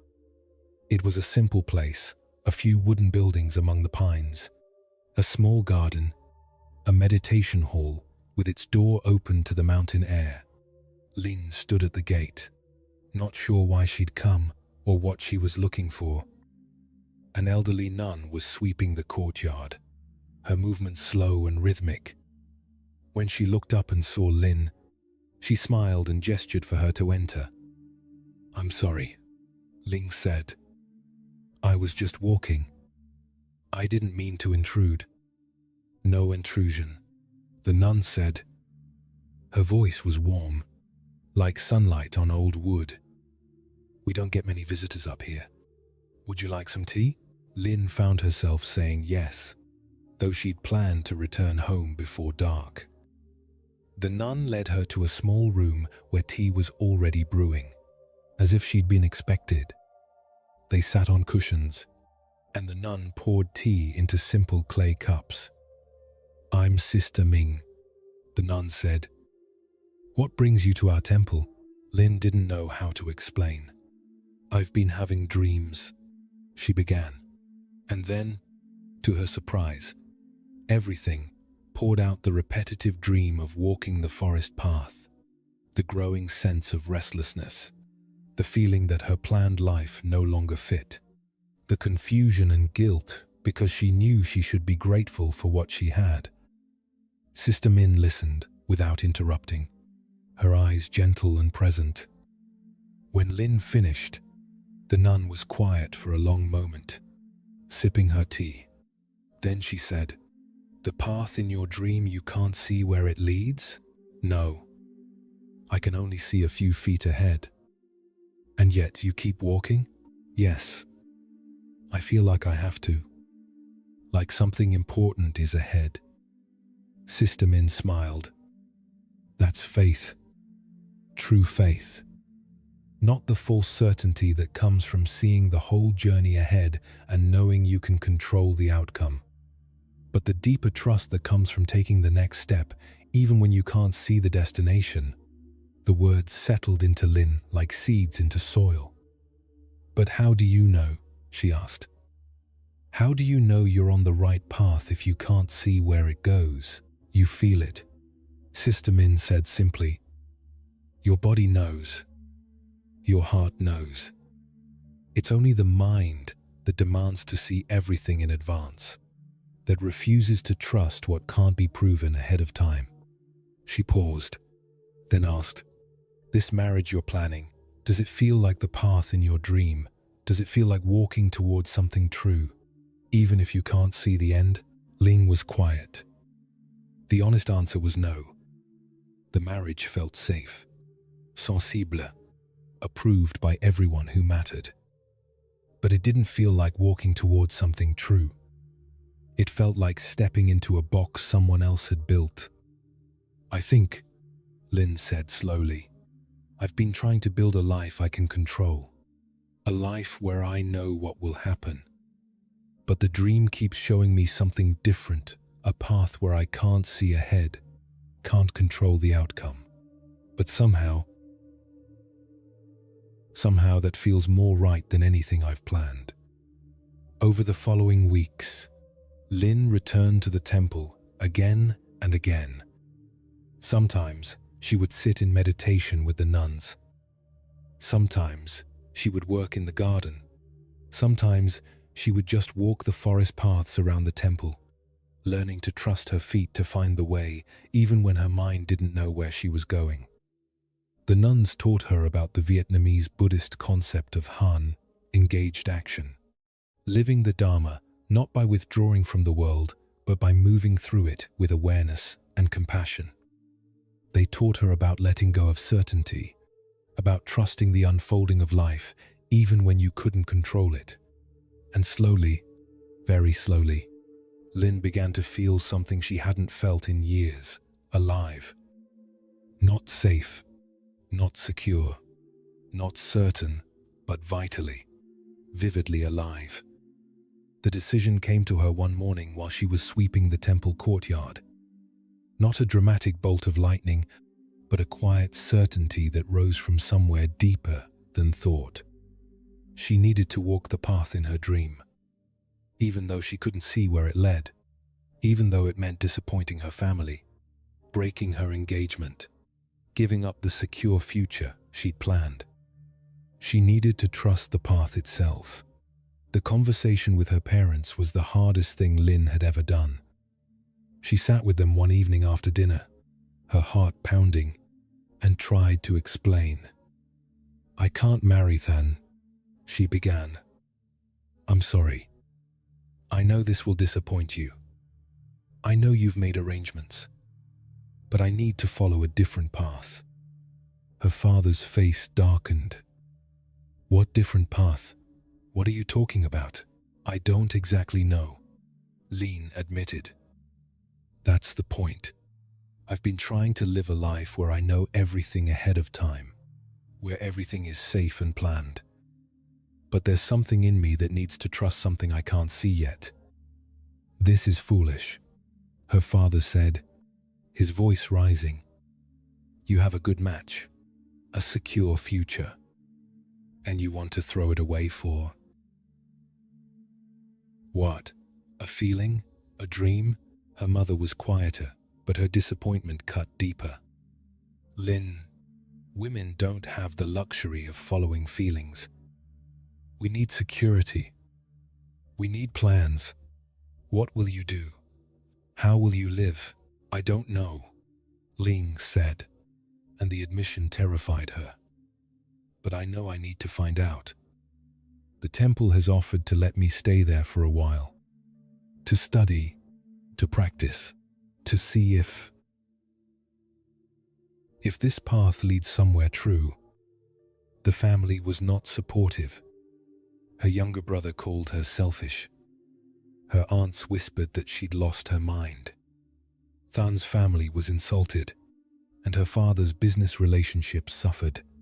But Sister Min had told her something that helped her bear the criticism. When you choose to trust life itself over other people's plans for you, there will always be those who feel threatened.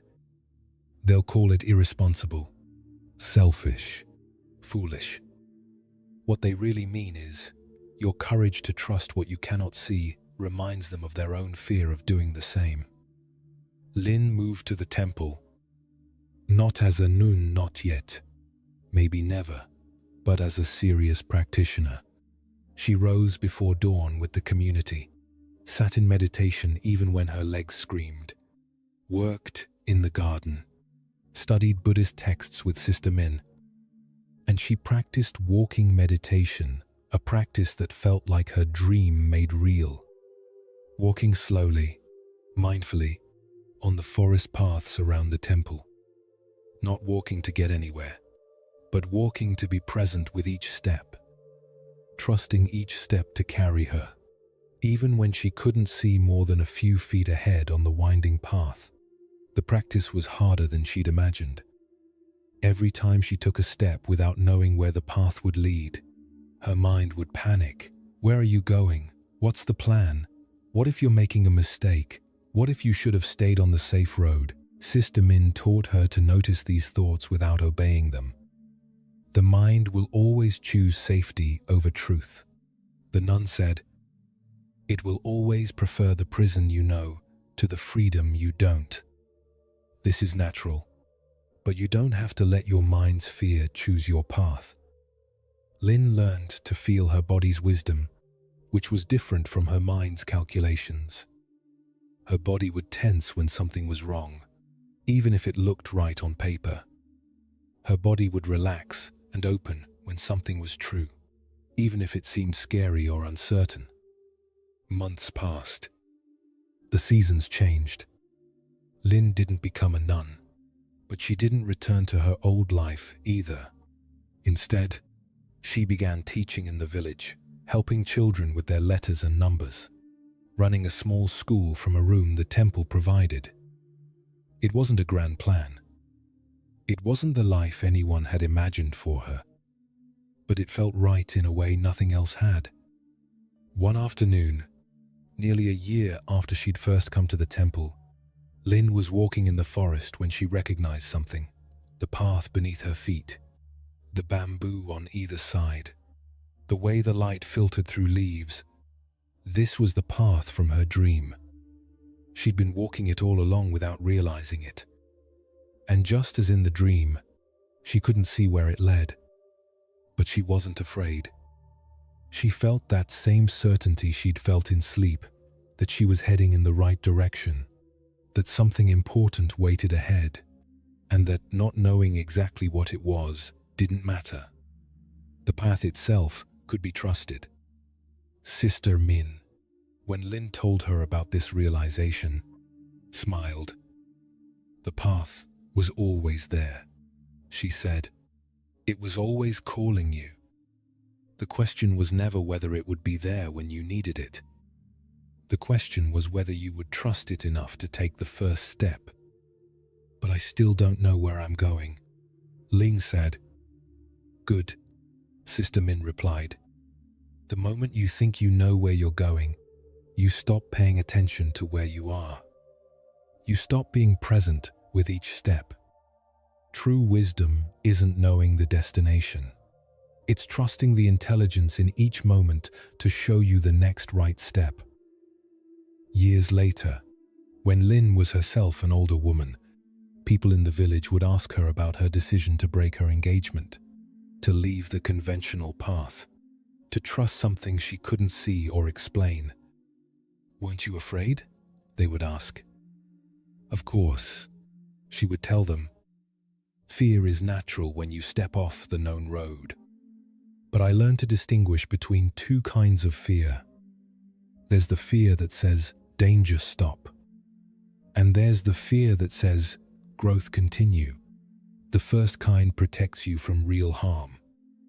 The second kind is just your mind resisting transformation." Her school had grown. She taught not just children now, but anyone who wanted to learn reading, writing, arithmetic, but also meditation, mindfulness, the basic teachings of the Dharma woven into daily life. She never married, never had the conventional family her parents had wanted for her. But she had a different kind of family, the community that grew around the temple, the students whose lives she touched, the sense of walking a path that was truly hers. Sometimes, walking the forest paths in the evening, she would remember that long-ago dream. The path that twisted through bamboo, always revealing just enough to take the next step, but never showing the full journey ahead. She'd learned that life itself was that path. You couldn't see the whole way.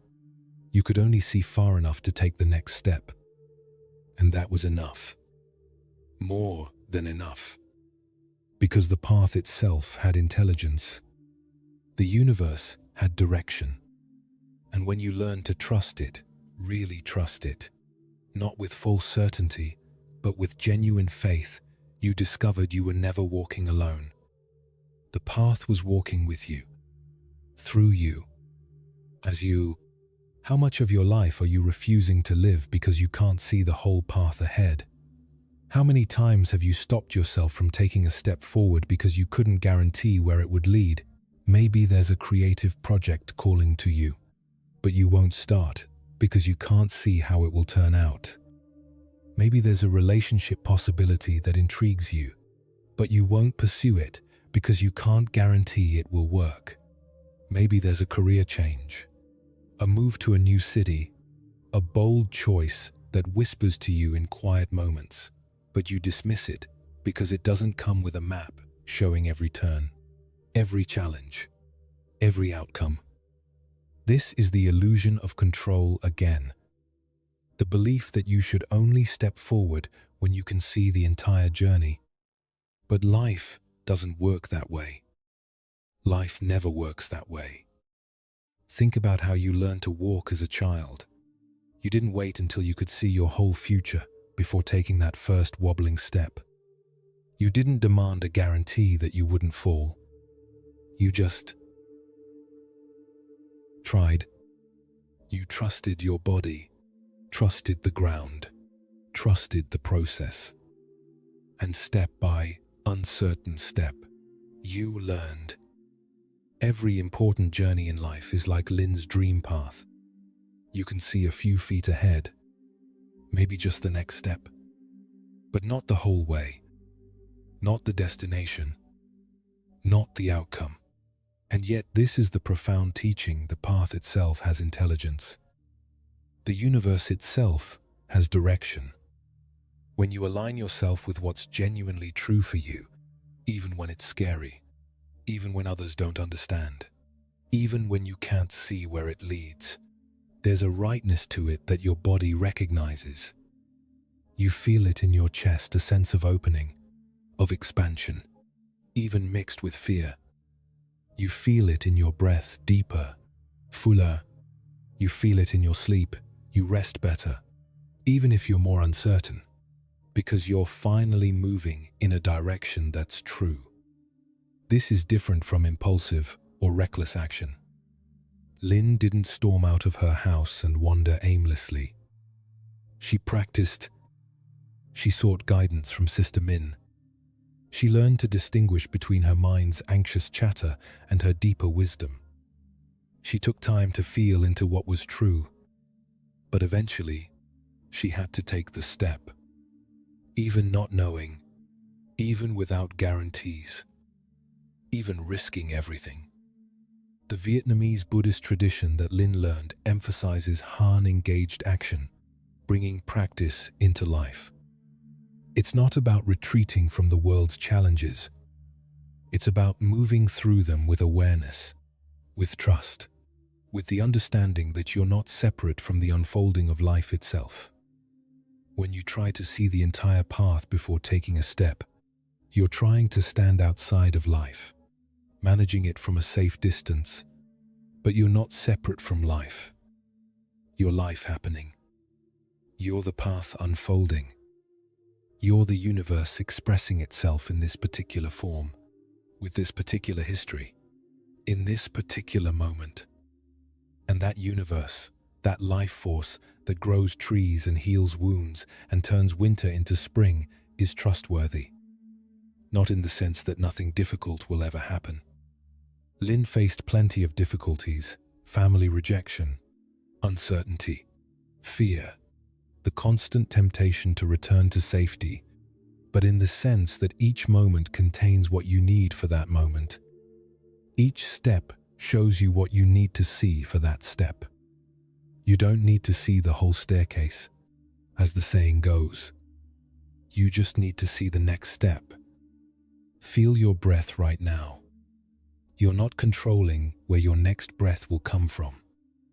You're not planning how to breathe tomorrow. You're simply breathing, trusting that air will be there, trusting that your body knows what to do. This is how you can walk your life's path. One breath, one step, one moment of trust at a time. The path is already there, waiting for you. It's been there all along. The question isn't whether the path exists. The question is whether you trust it enough to take the next step, even when you can't see where it leads, even when others don't understand, even when your mind screams for guarantees that can't be given. Your deepest wisdom knows the way. The universe knows the way. The path itself knows the way. And all you need to do, all you've ever needed to do, is take the next step. Trust it. Take it. And then trust the next one. The path will show you. Step by step. Breath by breath. The path will show you. Let your body show you now what trust feels like. Notice how your chest can soften when you stop demanding to know everything in advance. Notice how your belly can release when you let go of the illusion of control. You are being carried, even now, even here in the dark. Your breath carries you from moment to moment without you having to orchestrate it. Your heart beats without requiring your management. Life is unfolding perfectly, whether you trust it or not. But when you do trust it, when you soften into the flow rather than fighting it, everything becomes easier, lighter, more graceful. And as that ease deepens, as your body remembers how to trust what it cannot see, we travel now to the ancient forests of Thailand, where a monk discovered that sometimes the deepest letting go happens not through effort, but through simple acceptance of what already is. In the forests of northeastern Thailand, during the mid-20th century, when the old forest tradition of Buddhism still flourished in remote monasteries, there lived a monk named Ajahn Sumedho. His monastery was deep in the jungle, hours by foot from the nearest village, a place where tigers still roamed and the canopy was so thick that midday felt like dusk. The monastery itself was simple, a few wooden huts on stilts, a meditation hall open to the forest air, and paths that wound between massive trees whose roots rose from the earth like the walls of ancient temples. Monks here practiced in the way of the forest tradition, eating one meal a day, sleeping under mosquito nets in their small huts, spending long hours in meditation, learning to live close to the earth, close to death, close to the truth that everything passes.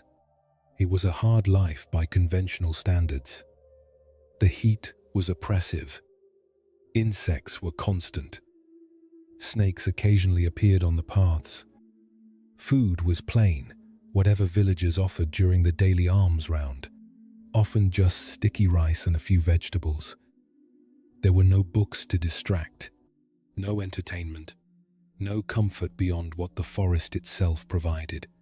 Yet monks came from all over Thailand and even from the West to practice here, because the teacher, Ajahn Chah, had a reputation for cutting through spiritual pretense with the precision of a surgeon's blade. He taught not through elaborate philosophy, but through the direct experience of suffering and the possibility of its end. His teaching was both fierce and gentle, demanding everything and offering exactly what was needed. Sumedho had been at the monastery for 3 years now, and he was exhausted. Sumedho had come to Thailand from America, one of the first Western monks to ordain in the forest tradition. Before becoming a monk, he'd been a Peace Corps volunteer, then a graduate student studying Asian languages and culture. He'd been searching, though, for what exactly? He couldn't have said. Meaning, perhaps. Truth. Some way to make sense of existence that felt more substantial than the American life he'd left behind. When he'd first arrived at Ajahn Chah's monastery, he'd been full of enthusiasm. He would meditate for hours, volunteer for the most difficult tasks, study the Pali scriptures late into the night. He was going to become enlightened. He was going to master his mind. He was going to transcend suffering through sheer determination and effort. But 3 years later, he was beginning to understand that this very attitude was part of the problem, because despite all his effort, maybe because of all his effort, he was more miserable than he'd been when he arrived. He carried everything. That was his problem. Every slight from another monk, every moment of irritation, every mistake he made, every difficult emotion, every doubt about his practice, he picked it all up and carried it with him like rocks in a backpack that grew heavier each day. Someone would criticize his meditation posture, and Sumedho would carry that criticism for weeks, turning it over and over in his mind. He would make a mistake during the morning chanting, and the embarrassment would follow him all day. He would feel anger arise during meditation, and then he would feel guilty about the anger, and then ashamed of the guilt, and then frustrated with the shame, layers upon layers of suffering. All of it self-created, all of it carried. Other monks seemed to move through difficulties more lightly. They would make mistakes, laugh them off, and continue. They would experience difficult emotions without becoming entangled in them. But Sumedho couldn't seem to do this. He took everything personally. He held on to everything. He couldn't let anything go. And now, after 3 years of this, he was at a breaking point. His meditation had become torture hours of sitting with his own mental anguish. His body ached constantly. His mind never rested.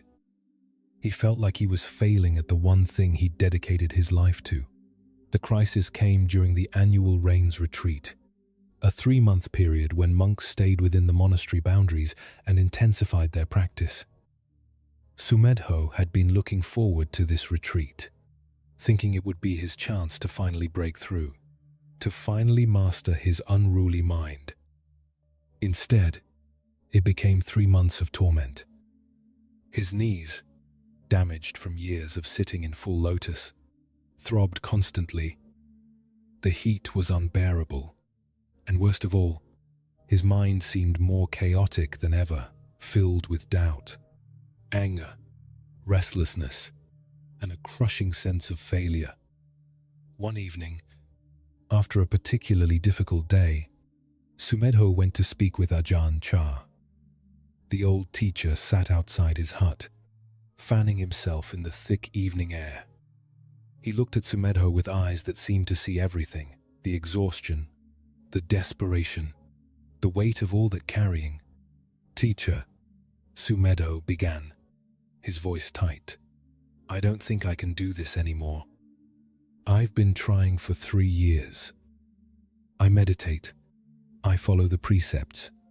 I do everything I'm supposed to do. But my mind is a mess. I'm more miserable now than when I started. I'm carrying so much. I don't know how to let it go." Ajahn Chah was quiet for a long time, still fanning himself slowly. Then he said, in his broken English mixed with Thai, "You say you carrying. What you carrying?" "Everything," Sumedho said. "Every mistake I make, every difficult emotion, every criticism, every doubt. I can't seem to let any of it go." "Ah," Ajahn Chah said, nodding. "You very strong. Carrying so much. Very strong monk." His eyes twinkled with something that might have been amusement. Sumedho felt a flash of irritation. This wasn't funny. He was suffering. But he held his tongue. Ajahn Chah continued, "You know what Buddha teach about carrying? To let go?" Sumedho offered. Yes, let go. But first you understand what you carrying?" Sumedho frowned. "My problems, my emotions, my past mistakes, Ajahn Chah shook his head. No. You not carrying problems. You not carrying emotions. You carrying idea. Idea about problems. Idea about emotions. Idea about how things should be. Idea about good monk and bad monk. Idea about succeeding, failing. Very heavy. These ideas, much heavier than real thing. The words landed like stones in water, ripples spreading outward. Sumedho sat very still. Look, Ajahn Chah said, picking up a leaf from the ground. This leaf, heavy? No, teacher. But if I pick up this leaf and I carry it all day, thinking, I must not drop this leaf. This leaf, very important. I must keep this leaf safe. Then what happen? It becomes heavy. Sumedho said quietly. Yes, become very heavy. Not because leaf change. Because of how I carry. He dropped the leaf. But leaf don't mind. Leaf fall when it ready. Leaf not worrying about falling. Only I worry. Ajahn Chah leaned forward. Your emotions, anger, sadness, doubt, they like leaf. They come, they go, light as leaf. But you pick them up. You carry them. You make story about them. I should not be angry. I bad monk because I angry. I must get rid of anger. Then anger become heavy. Not because anger change, because of how you carry. Sumedho felt something crack open in his chest. So, what do I do? Do nothing. Ajahn Chah said simply, stop doing. Stop carrying. Just watch. Anger come? Oh, hello anger. Anger go? Goodbye anger. Don't pick up. Don't carry. Don't make story. Just let be. But isn't that giving up? Just accepting everything without trying to change? Ajahn Chah laughed. A deep belly laugh. You think you've been changing anything? 3 years. All this carrying, all this trying anything change? Sumedho had to admit, no. Nothing had changed except that he'd become more exhausted. Maybe, Ajahn Chah said gently, time to try different way. Time to stop carrying. Time to trust that things okay, just as they are. That night, Sumedho sat in meditation with Ajahn Chah's words echoing in his mind. Just let be. It sounded so simple, too simple. And yet he realized he'd never actually tried it. He'd always been trying to fix, to improve, to change, to get rid of the difficult states and cultivate the pleasant ones. What would it be like to just stop? As he sat, anger arose, a familiar companion. His immediate reaction was the usual one, tension, resistance. The thought, I shouldn't be angry. I'm a monk. I need to let go of this anger. He could feel himself beginning to pick it up, beginning to carry it. But this time, he remembered, just let be. So instead of fighting the anger or trying to transform it or making it mean something about his progress or lack thereof, he simply noticed it. There was heat in his chest. There was tension in his jaw. There were thoughts about how things should be different. And underneath all of that, there was the story he usually told. This anger is a problem. I am failing because I feel this anger. I need to get rid of it. What if he didn't pick up that story? What if he just let the anger be anger, a feeling, a sensation, a passing weather pattern in the mind without making it mean anything about him? His practice, his worth as a monk, it was surprisingly difficult. Every instinct wanted to do something with the anger, analyze it, judge it, try to make it go away. But he practiced simply being present with it, the way you might be present with rain falling, not liking it, not disliking it, not trying to stop it, just there. Rain happening, anger happening, and after a while, 10 minutes, maybe 20, the anger shifted, not because he'd done anything to it, but simply because it was its nature to shift, to change, to pass. Like Ajahn Chah's leaf, it fell when it was ready. Over the following weeks, Sumedho practiced this with everything that arose. Doubt came, and instead of carrying it, instead of making it mean something about his practice or his path, he just let it be doubt. Oh, hello doubt. Doubt would surge and recede like a tide, and he would simply watch, without picking it up, without making a story. Knee pain arose, and instead of adding the story of this pain is unbearable, I can't do this, my body is failing me, stories he'd carried for months, he just experienced the sensations themselves. Throbbing, heat, pressure. When he stopped adding the story, the sensations were still there, but they were lighter, workable, just sensations, arising and passing like everything else. Embarrassment arose when he made mistakes during chanting, and instead of carrying the embarrassment all day, analyzing what it meant about him, worrying what others thought, he just let it be embarrassment. A flush of heat, some thoughts, a feeling, and then, like everything else, it passed. The change wasn't dramatic. There was no sudden enlightenment moment, no mystical experience, just a gradual lightening, like a backpack being emptied stone by stone. Each time he noticed himself picking something up, a grievance, a worry, a judgment, a story he would remember, just let be, and the weight would release. One afternoon, about 2 months into this new practice, Sumedho was sweeping leaves near the meditation hall. Another monk walked by and made a comment about how Sumedho wasn't sweeping thoroughly enough, that he was missing leaves in the corners.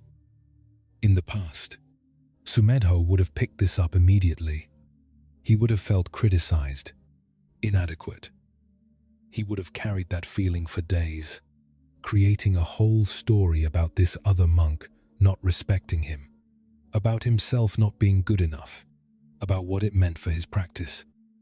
But this time, something different happened. He heard the comment. He noticed a flash of defensiveness arise. And then, he just continued sweeping. The defensiveness came and went like a breeze. The comment was just words in air. There was nothing to pick up, nothing to carry. The other monk had already walked on, probably not thinking about the comment at all. And Sumedho realized he'd been carrying thousands of moments like this. Thousands of comments, looks, judgments, most of which the other person had forgotten immediately, but which he'd carried for days, months, years. What a waste of energy. What unnecessary suffering. He started to laugh, standing there in the forest with his broom, leaves scattered around him. He laughed at himself, at the absurdity of all that carrying, at how simple it was to just stop.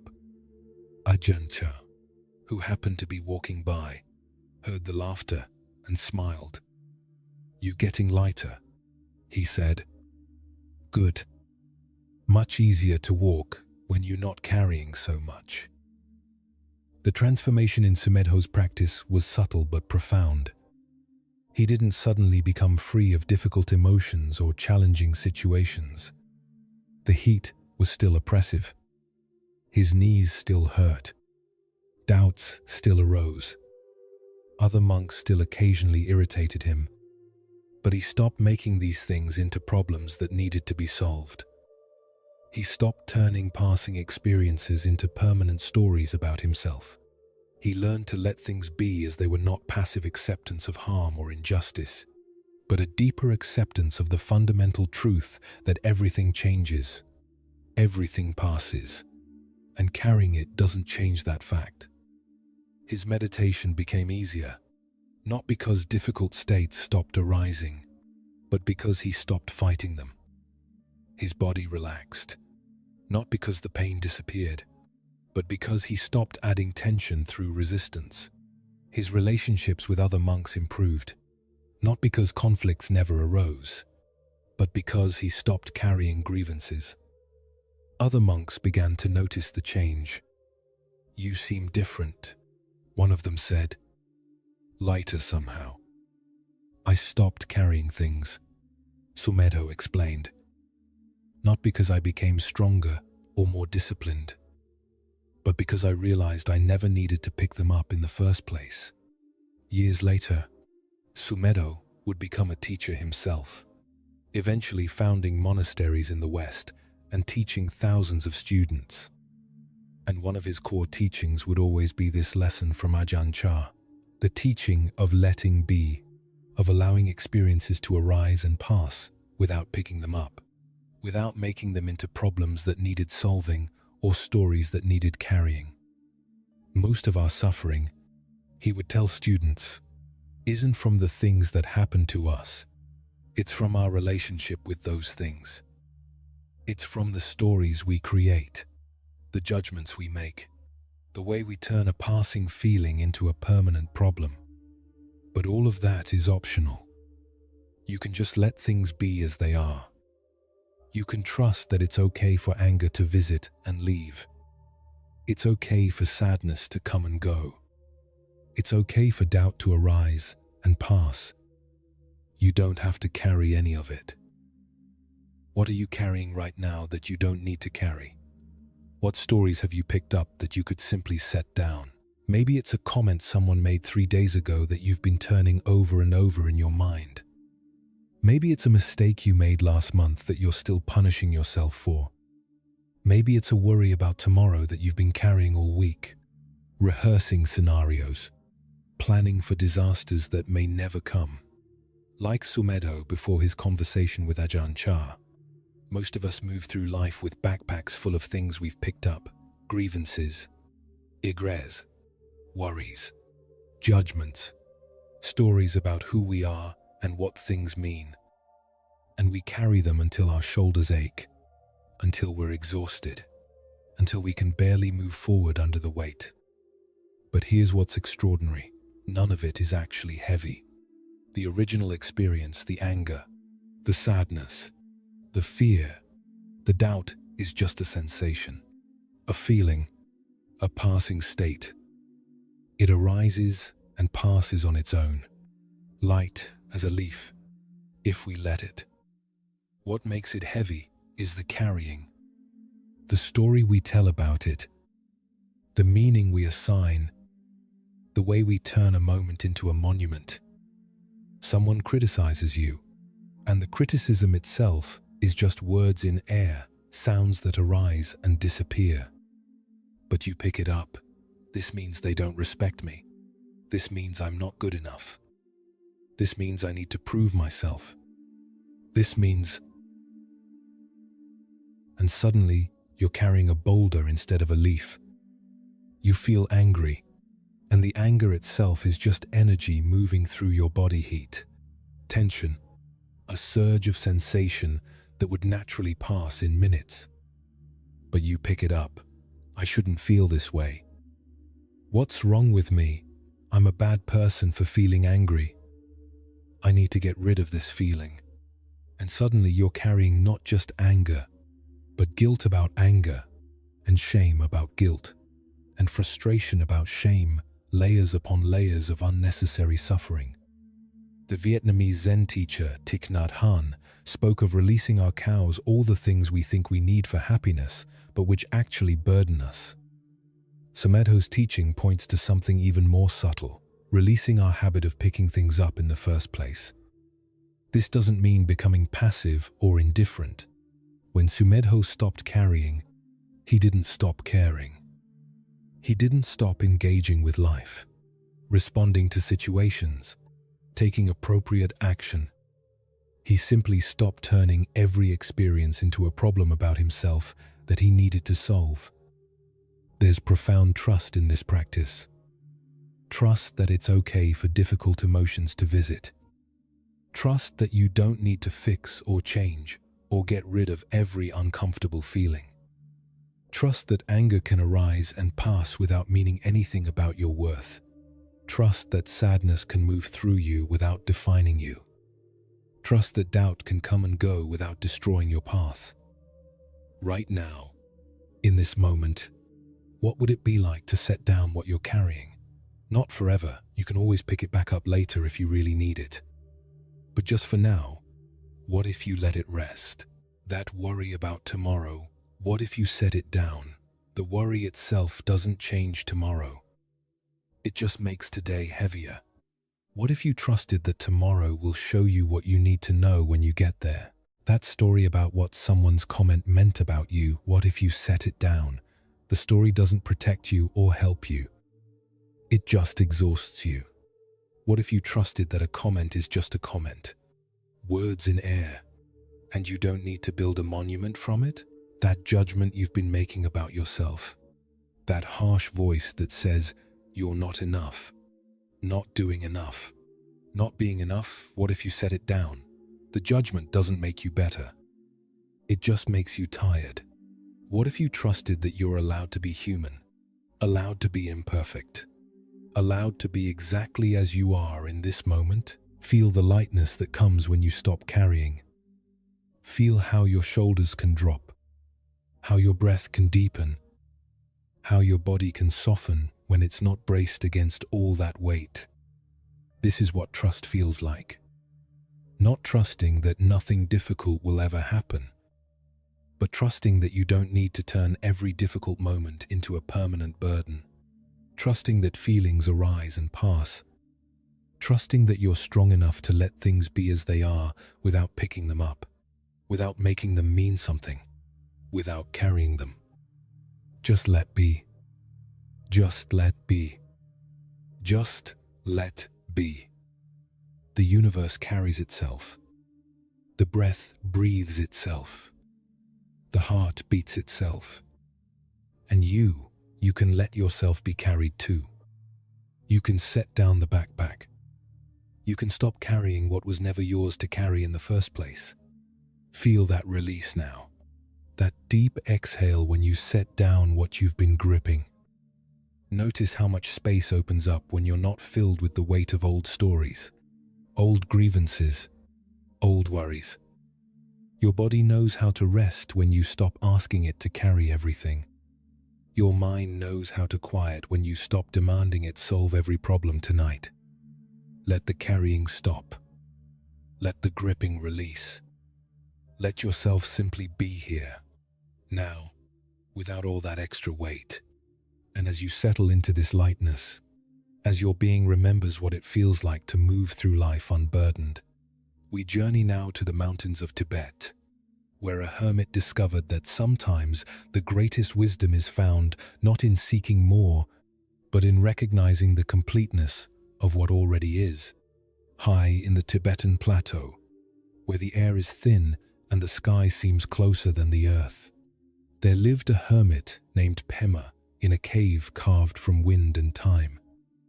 The cave sat at the edge of a cliff face, thousands of feet above a river valley, overlooking peaks that stretched endlessly in all directions, white with snow, purple in shadow, changing with every hour as light moved across them. This was the land of high places and vast silences, Wind was constant here, carrying the sound of distant prayer flags, the occasional cry of a golden eagle, the whisper of snow being lifted and resettled on ancient rock. In summer, tiny alpine flowers bloomed in impossible crevices. In winter, everything became white and still, and the cold could kill within hours if you weren't prepared. Hermits had lived in these mountains for centuries, perhaps longer.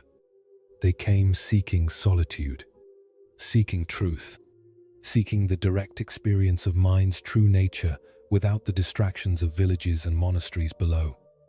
Some stayed for a season, others for years. A few remained until their deaths, their bodies left in caves to return to the elements, their practice complete.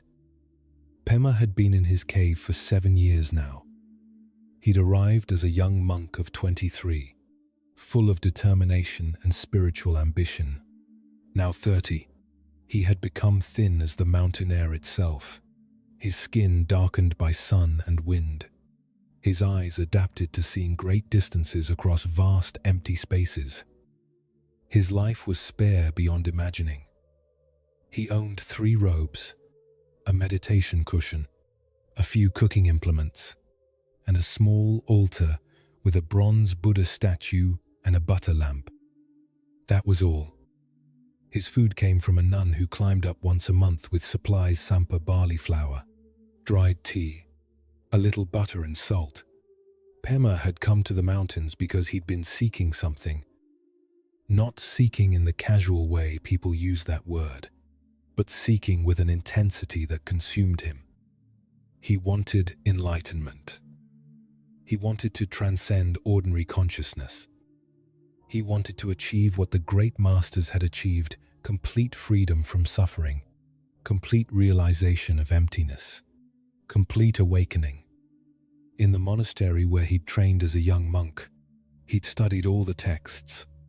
He'd learned about the nature of mind, about emptiness and form, about the stages of the path. He'd practiced prostrations until his forehead was permanently scarred. He'd memorized mantras and philosophical arguments. He'd debated with other monks about the subtlest points of doctrine. But none of it had satisfied him. It was all just words, just concepts. He wanted direct experience. He wanted the real thing, not descriptions of it. So he'd asked his teacher for permission to go into retreat in the mountains, to practice in the way of the ancient yogis who'd achieved realization through intense, solitary meditation. His teacher had been reluctant.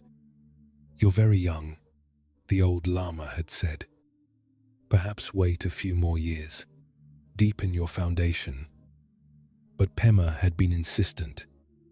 "I need to do this now. I can't waste any more time with books and debates. I need to practice." Finally, his teacher had relented. "Go, then, but remember what you seek isn't somewhere else. It's not in the mountains or in solitude. But sometimes we need to go far away to discover what was always close." Pema hadn't understood the warning. He'd climbed up to the cave with his few possessions and his great determination, certain that here, away from all distractions, he would finally achieve what he'd been seeking. 7 years later, he was more exhausted than he'd ever been, because despite all his practice, despite the thousands of hours of meditation, the hardships endured, the complete dedication of his life, he still felt incomplete. Still felt like something was missing. Still felt like he hadn't arrived at the realization he'd come here to find. The crisis came on an ordinary morning in his 8th year. Pema had woken before dawn, as always, and had begun his meditation practice. He sat facing the cave opening, watching darkness slowly give way to the first hints of light touching the distant peaks. This was his favorite time, the threshold between night and day, when the world felt suspended between states. Usually, his mind would settle during this time, becoming spacious and clear. But this morning, a thought arose that he couldn't shake. What am I doing? It wasn't a practical question about his meditation technique. It was deeper, more troubling. What was he actually doing here? He'd been in this cave for 7 years, living on the edge of survival, practicing with complete dedication. And for what? He still got angry sometimes. He still felt desire. He still experienced fear, doubt, loneliness. He still hadn't achieved the great realization he'd been seeking. Maybe his teacher had been right. Maybe he'd wasted 7 years chasing something that couldn't be caught. Maybe he should have stayed in the monastery, served the community, lived a normal monk's life instead of this extreme asceticism that seemed to be leading nowhere. The thoughts spiraled, taking him deeper into doubt. He'd given up everything for this practice. He'd sacrificed comfort, companionship, security. He'd endured cold that froze his water supply, heat that made the cave unbearable, hunger during lean months, illness without medicine, loneliness so deep it felt like physical pain. And for what? To still be seeking, still feeling incomplete, still waiting for some great transformation that never came. He sat with this crisis all morning, his meditation forgotten. By the time the sun was high, he'd made a decision. He would leave. He would descend from the mountain, return to the monastery, admit that he'd failed. Perhaps he wasn't meant for this path. Perhaps enlightenment was for other people, greater practitioners, not for him. The relief of this decision was immediate, and then immediately followed by grief. 7 years. 7 years of his life. And what did he have to show for it? He stood and walked to the cave entrance. Looking out at the vast landscape, a golden eagle soared past, riding the updrafts with effortless grace. He watched it spiral higher and higher, and something about its ease, its natural belonging in this harsh environment, made his chest ache. "You have everything you need," a voice said from behind him. Pema spun around. Sitting on a rock near his altar was an old woman he'd never seen before. She was impossibly old, her face a map of wrinkles, her eyes bright as a child's. She wore the simple clothes of a wanderer, and she held a walking stick that looked as gnarled and weathered as she was. "Who are you?" Pema asked, his heart racing. No one came up here except the nun who brought supplies, and she wasn't due for another week. "I'm Annie Doria," the woman said. "I was passing by and thought I'd visit. You seem troubled." "I am troubled," Pema said, too tired to pretend otherwise. "I've been practicing here for 7 years, seeking enlightenment, and I've achieved nothing. I'm leaving, going back down to the monastery." Annie Dorje was quiet for a moment, studying him with those bright eyes. Then she said, "Tell me, what do you have right now?" In this moment, Pema looked around his cave, confused by the question. "I have a cave, some robes, a few possessions. Not much."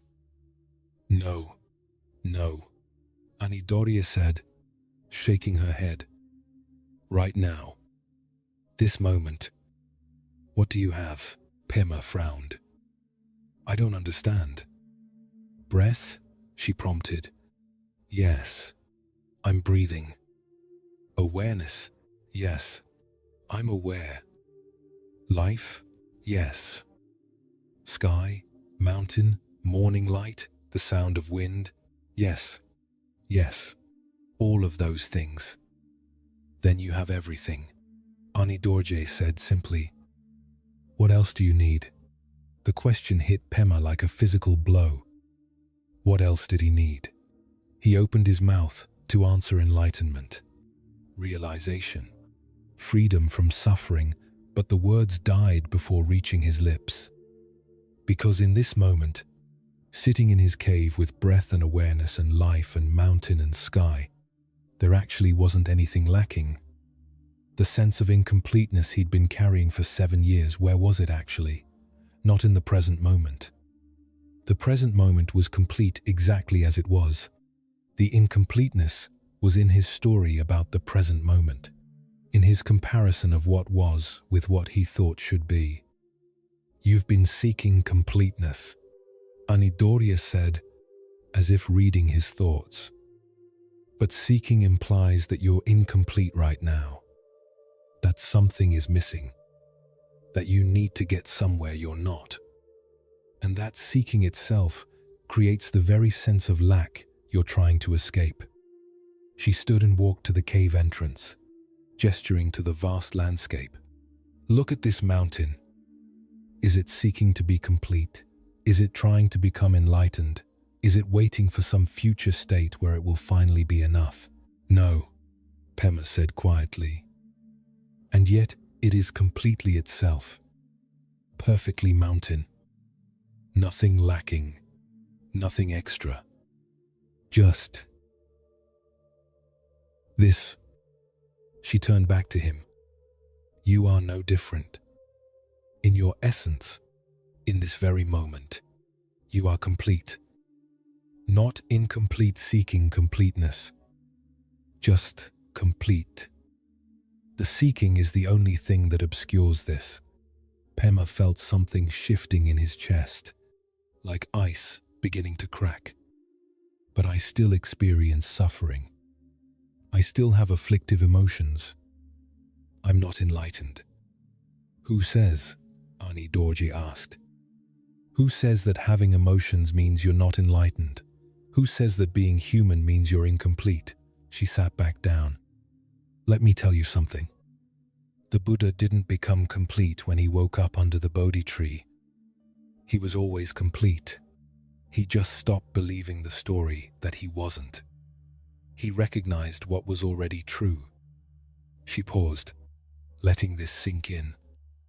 You've been in this cave for 7 years trying to make yourself into something better than you are. Trying to fix what you think is broken. Trying to achieve some special state that will prove you're finally enough. But you were always enough. From the very beginning, you just didn't trust it. Pema felt tears beginning to form. 7 years. 7 years of striving, of pushing, of trying to become something other than what he was. And all of it based on the belief that what he was wasn't sufficient. But don't I need to practice? He asked, his voice thick. Don't I need to cultivate wisdom and compassion? Don't I need to purify my mind? Practice. Yes, Ani Dorje said. But from where? From a sense of lack and incompleteness, or from recognition of your already present completeness? She leaned forward. When you practice because you think you're broken and need fixing, the practice becomes another form of self-violence. But when you practice from recognition that you're already complete, already Buddha nature, already awareness itself, then practice becomes an expression of that completeness, not a desperate attempt to achieve it. She stood to leave. I need to continue my wandering. But before I go, let me give you something to contemplate. Stop seeking. Just for today. Just for this one day. Stop trying to get anywhere. Become anyone. Achieve anything. Just be with what's here. Breath. Awareness. Mountain. Sky. This, and see what you discover. Pema watched her climb down the narrow path from his cave, moving with surprising agility for someone so old. Within minutes, she disappeared from view, and he was alone again with the wind and the mountains and the vast silence. He sat at the cave entrance and tried to follow her instruction. Stop seeking. Just be with what's here. It was surprisingly difficult. His mind kept wanting to evaluate. Am I doing this right? Is this the enlightenment? Should I feel different? The seeking was so deeply ingrained that even trying not to seek became another form of seeking. But gradually, over the course of that morning, something began to settle. Not because he achieved anything or arrived anywhere, but because he simply stopped. Stopped seeking. Stopped trying. Stopped the entire project of becoming someone or something other than what he was. And in that stopping, he noticed something extraordinary. Life was happening perfectly on its own. Breath was breathing. Awareness was being aware. The mountain was being mountain. Birds were flying. Clouds were moving. Everything was already functioning, already complete, without his anxious management. He'd been so busy trying to achieve enlightenment that he'd never noticed this simple fact. Awareness was already here. Buddha nature was already here. The completeness he'd been seeking in some future state of realization was actually the very ground of this present moment. Over the following days, Pema experimented with this recognition. He still meditated, but differently. Not trying to achieve a special state or fix his mind, just resting in the awareness that was already present, already complete. When difficult emotions arose, and they still did, he didn't see them as evidence of his incompleteness. They were just weather passing through the sky of awareness. The sky itself was never disturbed. When doubts arose about his practice, his path, and his life, he didn't need to resolve them. They were just thoughts arising in awareness. Awareness itself was complete, whether the thoughts were there or not. It wasn't that everything became perfect. The cold was still cold. Hunger was still hunger. Loneliness still sometimes ached in his chest. But these experiences no longer meant what they used to mean. They no longer proved that he was broken or incomplete. They were just experiences arising in awareness, which was itself always whole, always complete, always enough. Pema remained in his cave, but his practice changed fundamentally. He no longer practiced to achieve something or become someone. He practiced as an expression of the completeness that was already here, like the eagle flying not to get somewhere, but simply because flying is what eagles do. When the nun arrived with supplies the following month, she noticed something different about him. "You seem lighter," she said. "More at ease." "I stopped seeking," Pema told her. "I discovered that what I was seeking was already here, was always here. I just couldn't see it because I was so busy looking for it somewhere else." The nun smiled. "Anidoria came to visit, didn't she?" Pema was surprised. "You know her? Everyone knows her. Or rather, everyone who needs to meet her ends up meeting her. She wanders these mountains, visiting hermits who've gotten lost in their seeking, reminding them of what they've forgotten." "Who is she?" The nun shrugged. "Some say she's a Dakini, a wisdom being. Others say she's just an old wanderer who's lived in these mountains forever. Does it matter? She showed you what you needed to see." Years later, Pema would leave his cave, not out of failure, but out of completion. He would return to the monastery, then eventually become a teacher himself. And his teaching would always carry the flavor of what Ani Dorje had shown him, that you're already complete, already whole, already Buddha nature itself. The only question is whether you recognize it. Stop seeking and trust what's already here. He would tell students, "You're not broken. You were never broken. You're complete in this very moment, exactly as you are. Can you trust that?" Can you rest in that? Can you let yourself be enough? And sometimes, wandering in the mountains around his monastery, he would see an impossibly old woman with bright eyes and a gnarled walking stick, and they would exchange knowing smiles before she disappeared once again into the vast Tibetan landscape. What if you're already enough? What if you were always enough? What if this sense that something is missing, that you need to achieve or become or prove something before you're worthy? What if all of that is just a story you've been telling, not the truth of what you are? This is perhaps the most radical teaching of all. You are already complete. Not incomplete, working toward completeness. Not broken, being fixed. Not insufficient, trying to become sufficient. Just complete. Right now, as you are. Your mind will immediately argue with this. It will point to all your flaws, all the ways you're not yet what you think you should be. You're not successful enough, not enlightened enough, not healed enough, not together enough, not anything enough. And until you fix all of that, how can you be complete? But this is the trap. The seeking itself creates the sense of lack. When you believe you're incomplete and need to become complete, you create a gap between what you are and what you think you should be. And that gap becomes your suffering.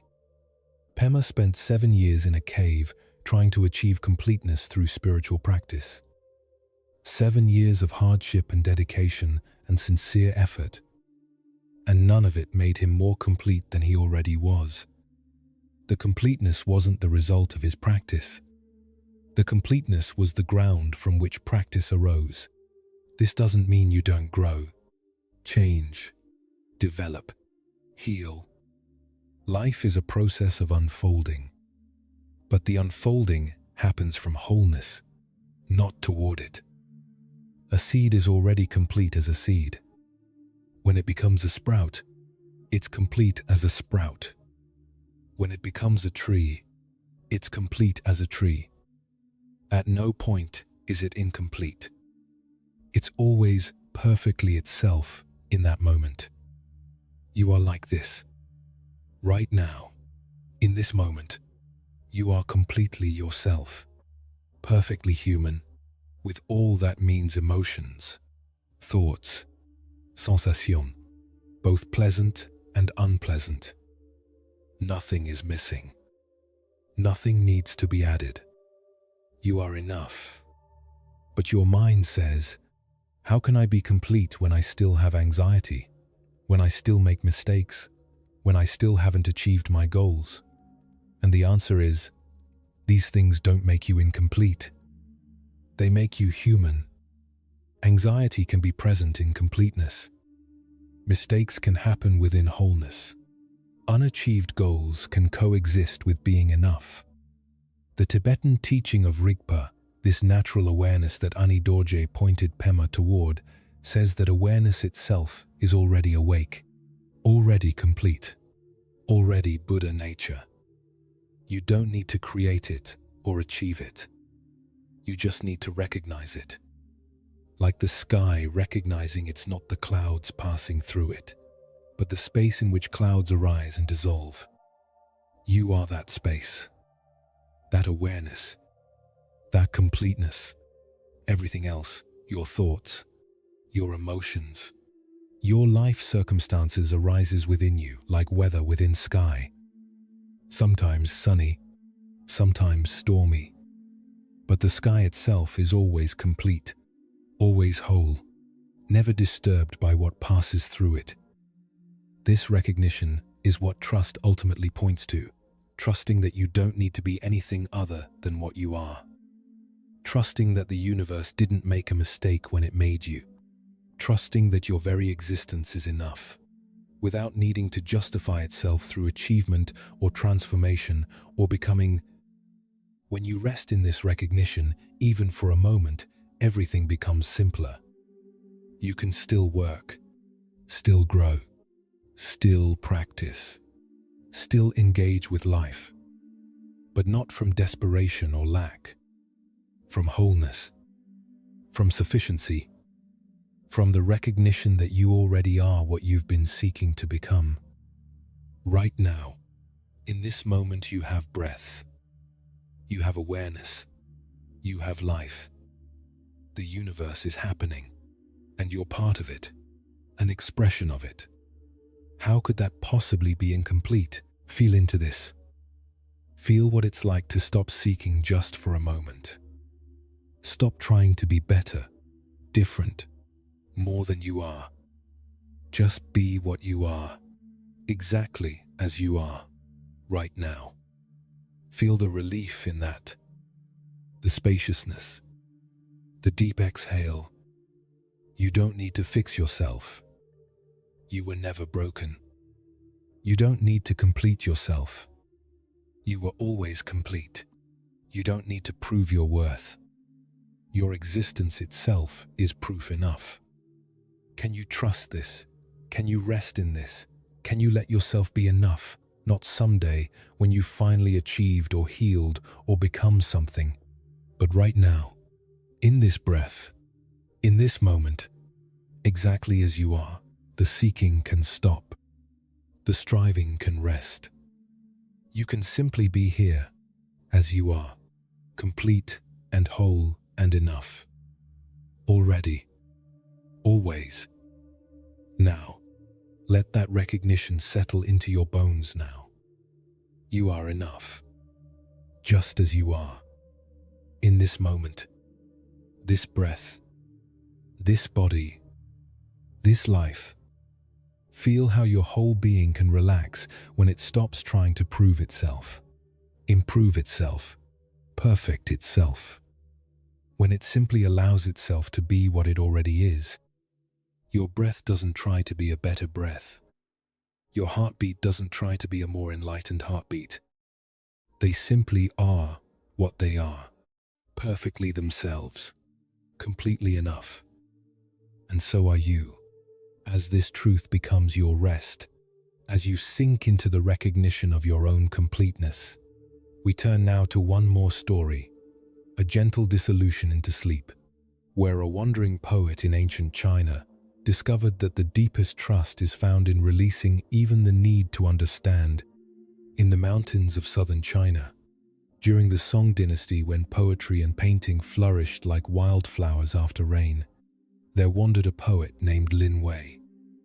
He had no permanent home, no monastery to call his base, no position or title. He simply moved from place to place, staying in temples when monks would have him, sleeping under bridges when they wouldn't, carrying nothing but a small cloth bag with a few belongings and a worn notebook where he recorded his poems. The region where he wandered was known for its limestone peaks that rose from the earth like fingers pointing toward heaven, for rivers that wound between these peaks in serpentine curves, for morning mists that made the whole landscape look like a painting come to life. Fishermen on the rivers used cormorants to catch fish. Farmers terraced the hillsides with rice paddies that reflected the sky like mirrors. And everywhere on cliffs, in caves, carved into stone, were the words of poets and philosophers who had passed through over centuries. This was a land that honored poetry. A good poem could make a reputation. An exceptional one could be carved into stone, memorized by scholars, passed down through generations. Lin Wei had devoted his life to creating such poems. He studied the classics, learned all the forms, practiced the subtle arts of imagery and illusion. He wanted to capture truth in words, to write something that would last beyond his brief life, something that would matter. But lately, something had been troubling him.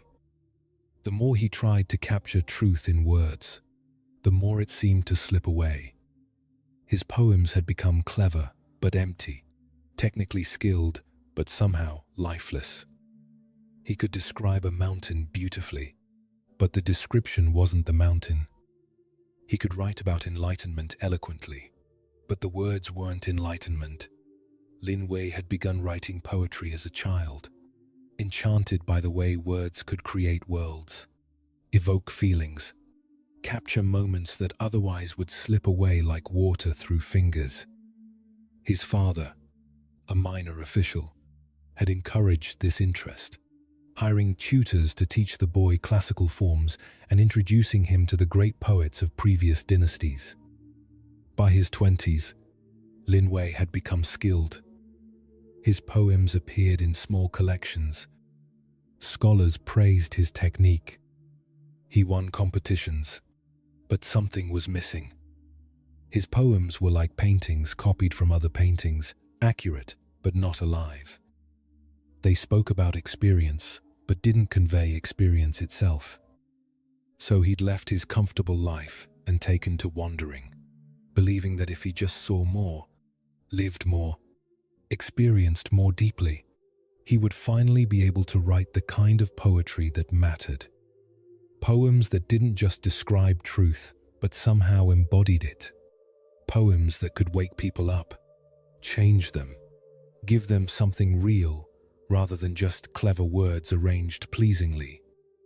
5 years of wandering had not solved his problem. If anything, it had deepened. He'd seen extraordinary things, mountains at dawn, rivers in flood, temples hidden in mist, monks deep in meditation, ordinary people living with quiet dignity. But when he tried to write about these things, the words felt inadequate. The poems were still just words, pointing at experience but never quite reaching it. He began to feel like a man trying to grasp water.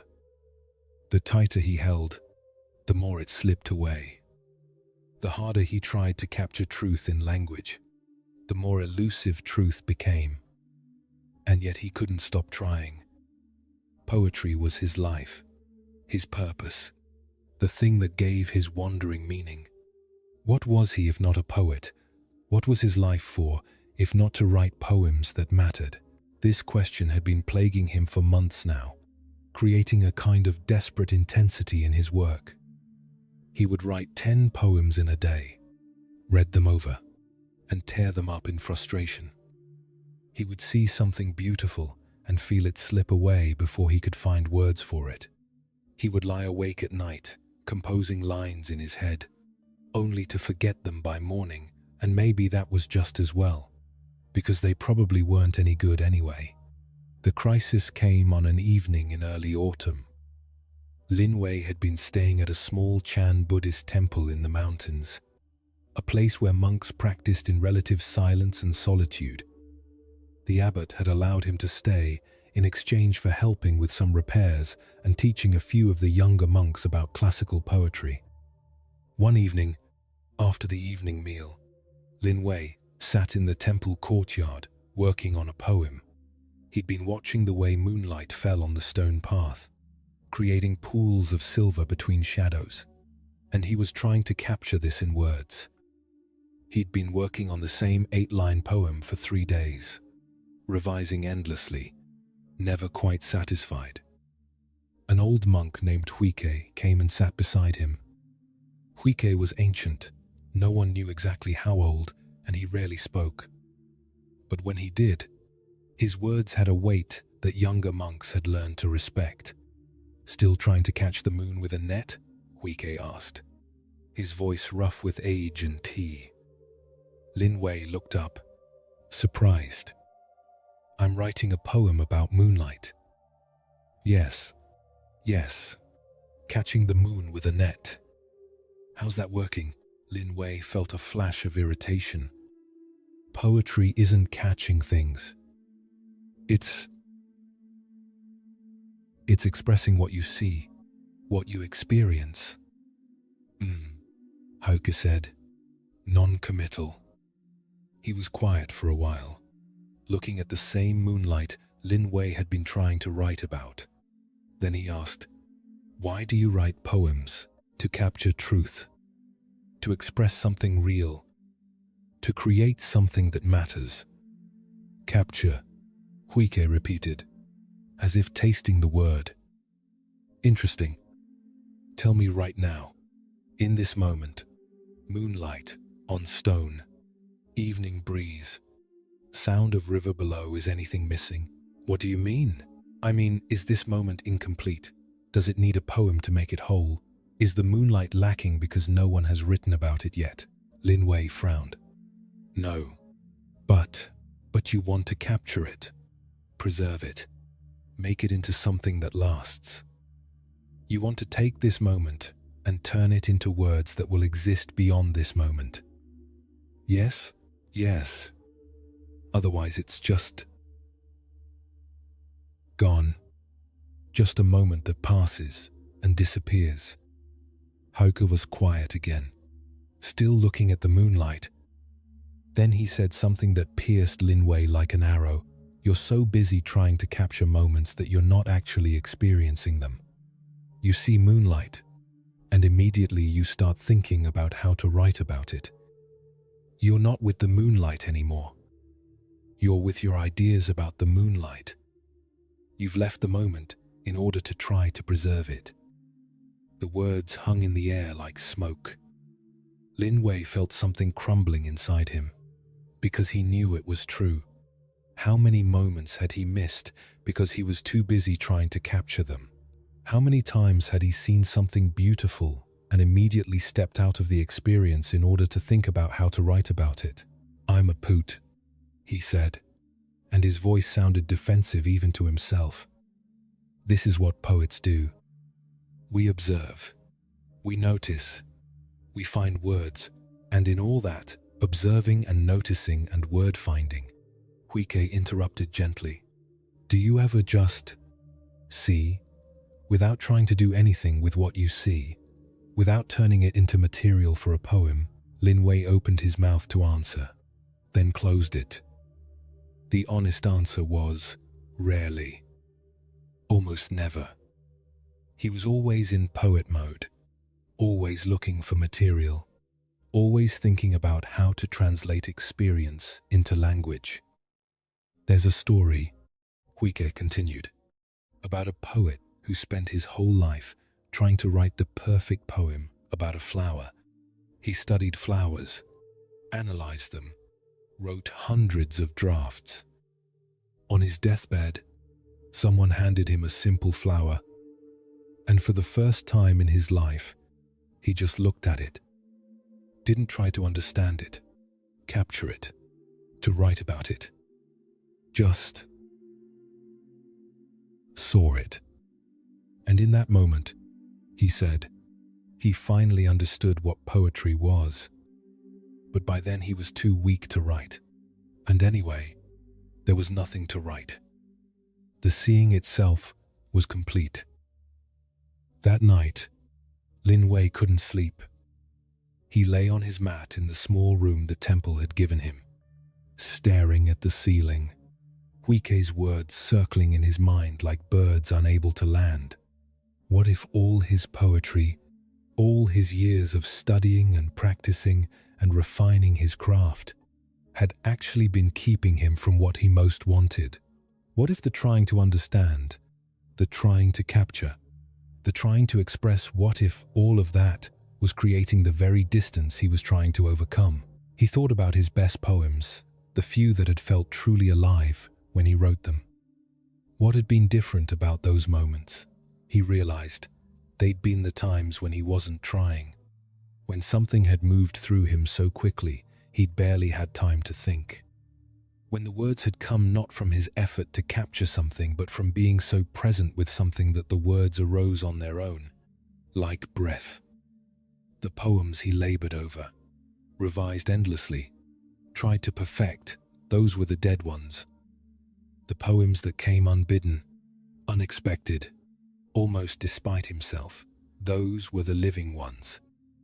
As dawnlight began to filter through his window, Lin Wei made a decision. He would stop trying to write poetry, just for a while, just to see what happened. He would practice what Huike had pointed to, being present with things without trying to do anything with them, seeing without capturing, experiencing without expressing. It was harder than he'd imagined. The first day, he walked along the river path, and every beautiful thing he saw triggered the immediate response. That would make a good poem. A heron standing in shallow water, mist rising off the river, light through bamboo. Each sight pulled him into poet mode, analyzing, considering, composing. But each time he noticed this happening, he would stop, return to simply seeing. The heron wasn't material for a poem. It was just a heron. The mist wasn't a metaphor for anything.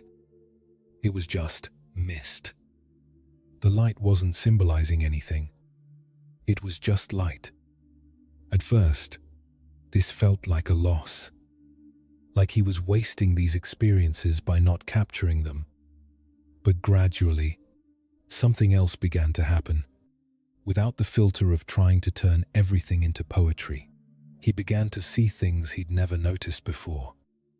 The exact curve of the heron's neck, the particular way mist moved in layers, the quality of silence between sounds.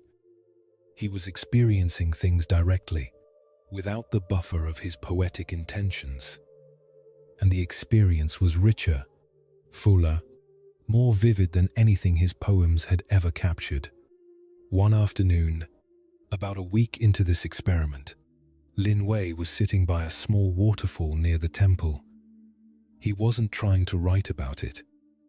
He wasn't thinking about how to describe it. He was just there with it, the sound, the spray, the way water broke into white foam over dark rocks. And suddenly, spontaneously, a poem arose. Not from trying, not from effort. It came whole, complete, like something that had been waiting to be born. Just 6 lines, simple and direct. Waterfalls, knows nothing of falling. Stone receives, knows nothing of hardness. Between them, this sound we call waterfall. He didn't write it down immediately. He just let it be there, like the waterfall itself. When he did finally write it in his notebook, hours later, he copied it exactly as it had come. No revision, no improvement. It was what it was.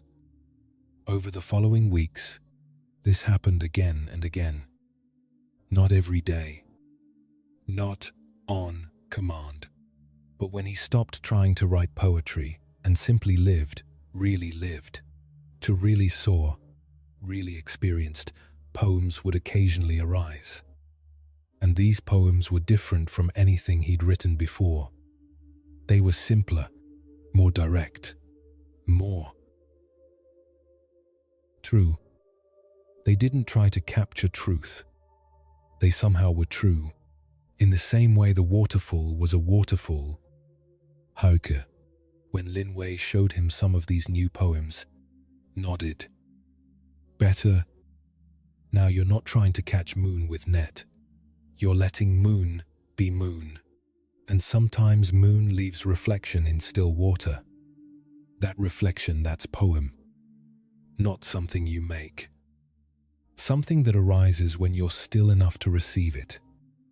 But how do I know when to write and when not to write? Lin Wei asked. How do I know which experiences should become poems?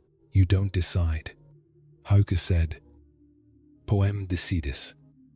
When seeing is complete, when you're so present with something that there's no gap between you and it, sometimes poem comes, sometimes not.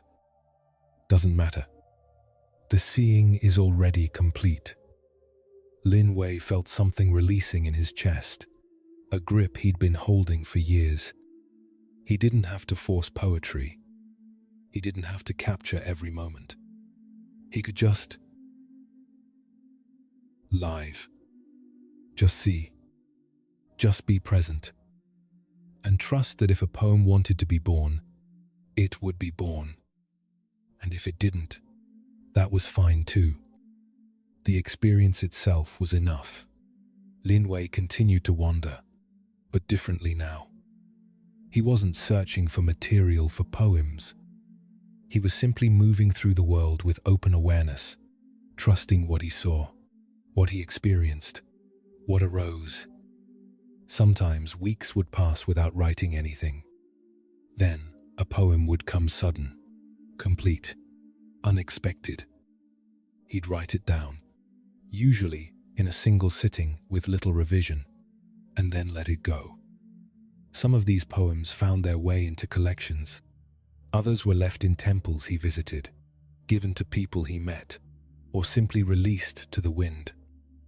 His reputation grew, though he cared less and less about reputation.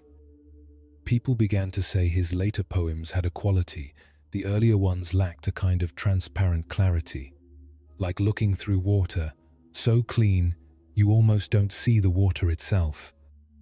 The poems pointed to things without getting in the way. They expressed truth without trying to capture it. One evening, years after his conversation with Huike, Lin Wei was walking in the mountains when he saw an extraordinary sunset, the sky turning colors he'd never seen before, clouds like dragons, light that seemed to come from everywhere at once. The old Lin Wei would have immediately started composing, trying to find words adequate to the sight. But this Lin Wei simply stood and watched until the colors faded and the first stars appeared. No poem came, and that was perfect. The sunset didn't need a poem to be complete. It was already complete. And so was he, standing there watching, not trying to capture anything, just present. Later, much later, a small poem did arise. Trying to write about sunset, I put down my brush, pick up the sky. But even that was almost too much, because the truth was simpler still. Sometimes the deepest poetry is the silence where all words dissolve, the space where understanding releases itself, and only the raw presence of life itself remains complete, trustworthy, requiring nothing more. How much of life are you missing because you're too busy trying to understand it, capture it, to make sense of it? How often do you experience something beautiful or difficult or mysterious and immediately jump into analyzing mode? What does this mean? How should I feel about this? What should I do with this? Lin Wei spent years trying to capture truth in words, only to discover that the capturing itself was creating distance from what he most wanted to touch.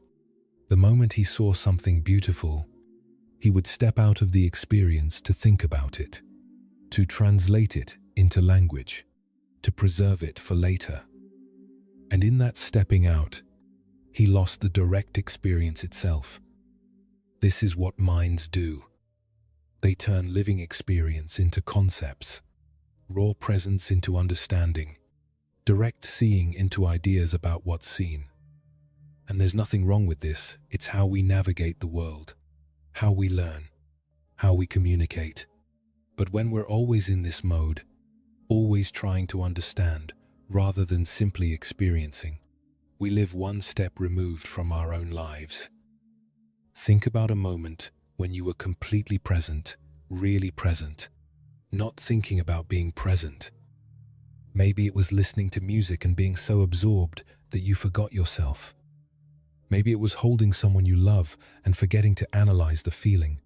Maybe it was watching a storm and being so caught up in the immediacy of it that your thinking mind went quiet. In those moments, was anything missing?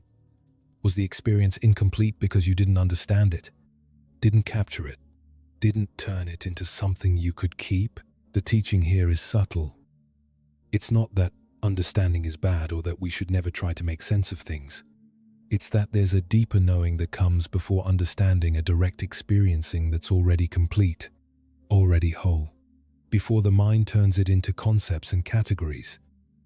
When Lin Wei stopped trying to write poems and just let himself see, he discovered that seeing itself was enough, complete. And from that completeness, occasionally, naturally, poems would arise, not from trying to capture life, but from being so present with life that expression happened on its own, like fruit falling from a ripe tree. This applies to more than poetry. This applies to your life. Right now, you're experiencing this moment. Breath moving, sounds arising, sensations present. And before your mind labels any of it, before you understand it or analyze it or make it mean something, it's already here, already complete, already enough. But then the mind comes in. What does this mean? Is this good or bad? Am I doing this right? Should I feel different? What should I do with this? And suddenly you're not experiencing the moment anymore. You're experiencing your thoughts about the moment. You've left direct experience for the world of concepts. The invitation is to notice when this happens and gently return to direct experience. Not understanding the breath, just breathing. Not analyzing feelings, just feeling. Not trying to capture moments, just being present with them as they unfold. This is what trust ultimately means, trusting that life is already complete before you understand it. That experience is already whole before you make sense of it. That you don't need to capture and preserve everything in order for it to matter. When you release the need to understand everything, when you stop trying to capture every moment, when you allow yourself to simply be present without turning everything into material for later analysis, something remarkable happens. Life becomes more vivid, more immediate, more real. Lin Wei's best poems came when he stopped trying to write them. His deepest seeing happened when he stopped trying to capture what he saw. His most authentic expression arose when he stopped forcing expression. Maybe your life can be like this too. Maybe you can stop trying so hard to understand everything, to figure it all out, to make sense of every experience before you're allowed to simply have it. The universe doesn't need you to understand it in order to unfold perfectly. Your breath doesn't need your understanding to breathe. Your heart doesn't need your analysis to beat. And your life, your beautiful, messy, mysterious life doesn't need to be captured and understood and made sense of in order to be lived. You can just to live it, experience it, be present with it, and trust that this direct experiencing, this raw, immediate presence with what is already complete, already enough. Already more real than any understanding could be. Let the need to understand dissolve now. Let the trying to capture release. Let yourself be here, just here, with nothing needing to be grasped or preserved or made into something else. This moment, just as it is, already complete, already whole, already trustworthy, already enough. Feel how your whole being softens when you stop trying to understand. Stop trying to figure out. Stop trying to make sense of everything. Your body already knows how to rest without needing to understand rest. Your breath already knows how to slow without needing instruction. Your mind already knows how to quiet when you stop demanding it produce answers. Everything is already happening, already unfolding, already complete, whether you understand it or not. And now, as understanding releases its grip, as the need to capture and analyze dissolves like mist in morning sun, we arrive at our final story, a gentle drifting into sleep itself, where all seeking ends, all questions dissolve, and only the vast trust of simply being remains. Let yourself drift now. In a village so small it had no name, nestled in a valley where 3 rivers met, there lived an old woman whom everyone called Grandmother Chen. Her house sat at the edge of the village, a simple structure of wood and stone with a garden that always seemed to be blooming, no matter the season. Grandmother Chen was known for one particular gift. She could sleep anywhere, anytime, under any circumstances. On loud festival nights, when drums echoed through the valley, she would sleep peacefully. During storms that rattled roofs and sent others hiding under blankets, she would sleep soundly. Even when she was younger and had troubles as a sick child, money worries, conflicts with neighbors, she could still lay her head down and drift into rest. The villagers would joke about this. Grandmother Chen could sleep through the end of the world, they'd say with admiration and puzzlement, because everyone else in the village struggled with sleep sometimes. They'd lie awake worrying about harvests or health or what their neighbor had said. They'd toss and turn, minds racing, bodies restless. They'd try remedies, herbal teas, special pillows, prayers to various deities, but nothing worked as reliably as simply being Grandmother Chen. Finally, one evening, a young woman named May, who had been suffering from insomnia for months, came to visit. She found Grandmother Chen in her garden as the sun was setting, watering plants with slow, unhurried movements. "Grandmother," May said, her voice tired and desperate, "please teach me how you sleep so well. I haven't had a full night's rest in months. My mind won't stop. My body won't settle. What's your secret?" Grandmother Chen looked at May with eyes that had seen many seasons, many sorrows, many joys. She saw the dark circles under the young woman's eyes, the tension in her shoulders, the way she held herself as if braced against invisible winds. "Sit," Grandmother Chen said, gesturing to a wooden bench beneath a flowering tree. "Tell me about your not sleeping." May sat, and the words poured out. "I go to bed exhausted, but the moment I lie down, my mind starts. I think about everything I did that day, everything I need to do tomorrow. I worry about my children, my husband's health, money, the future. I try to stop thinking, but that just makes me think more. I try to relax, but I can't. I'm so tired, but I can't sleep. And the more nights this happens, the more I worry that it will happen again, and that worry makes it worse." She paused, nearly in tears. "I've tried everything. Herbs, breathing exercises, prayers. Nothing works. How do you do it? How do you just sleep?" Grandmother Chen was quiet for a long moment, still looking at May with those calm, ancient eyes. Then she said, "I don't do anything. That's how." May frowned, confused. "You don't do anything?" "Nothing at all. I lie down, and I trust the dark." "Trust the dark? What does that mean?" Grandmother Chen smiled. "Come. The sun is setting. Let me show you something." She led May to a small hill behind her house where they could see the whole valley spread below them. The sun was touching the western mountains now, painting everything in shades of gold and amber.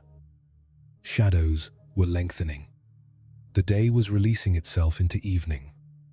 "Watch," Grandmother Chen said. "Watch how day becomes night." They sat in silence as the light slowly faded. The sun disappeared behind mountains. Colors deepened from gold to rose to purple to blue. Stars began to appear, one by one, then dozens, then hundreds. The valley below became a landscape of soft shadows and distant lights from village windows. "You see," Grandmother Chen said softly, "day doesn't fight becoming night. It doesn't try to hold on to the light or worry about the darkness coming. It simply lets go. And night doesn't force its way in. It arrives naturally, inevitably, when the time is right." But what does that have to do with sleeping? May asked.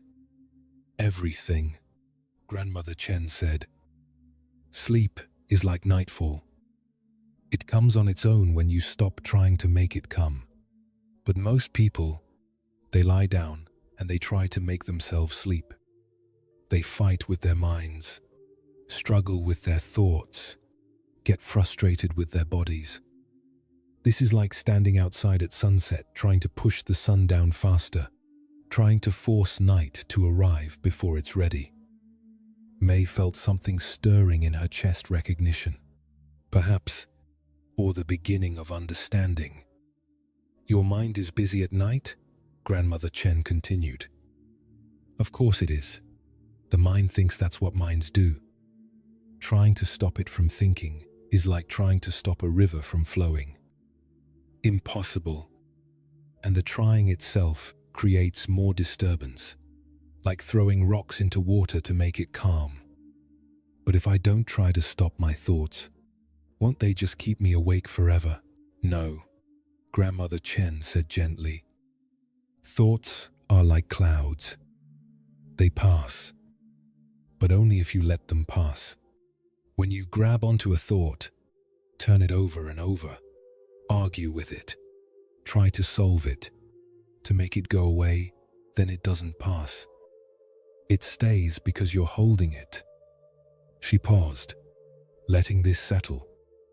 You say you worry at night? Yes, about everything. And does the worrying solve anything? Does lying awake at night worried about tomorrow change tomorrow? No, May admitted quietly. It just makes me more tired. Exactly.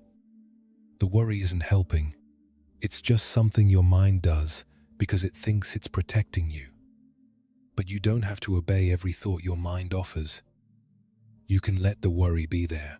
Oh, there's worry again, and not pick it up. Like clouds passing, like day becoming night. May sat with this, looking at the stars now fully visible in the darkening sky. But how? How do you just let thoughts pass? Trust, Grandmother Chen said simply. Trust that it's safe to stop controlling everything. Trust that your body knows how to sleep without your management. Trust that the night will hold you. Trust that morning will come, whether you lie awake worrying about it or not. She stood slowly, her old joints creaking slightly. Come, I'll make tea, and then I'll tell you what I do when I lie down at night. Though really, it's what I don't do. Back in her house, as they sat drinking tea by lamplight, Grandmother Chen shared her practice. When I lie down, she said, I don't try to sleep. I simply notice where I am. Feel the bed beneath me. Feel the blanket's weight.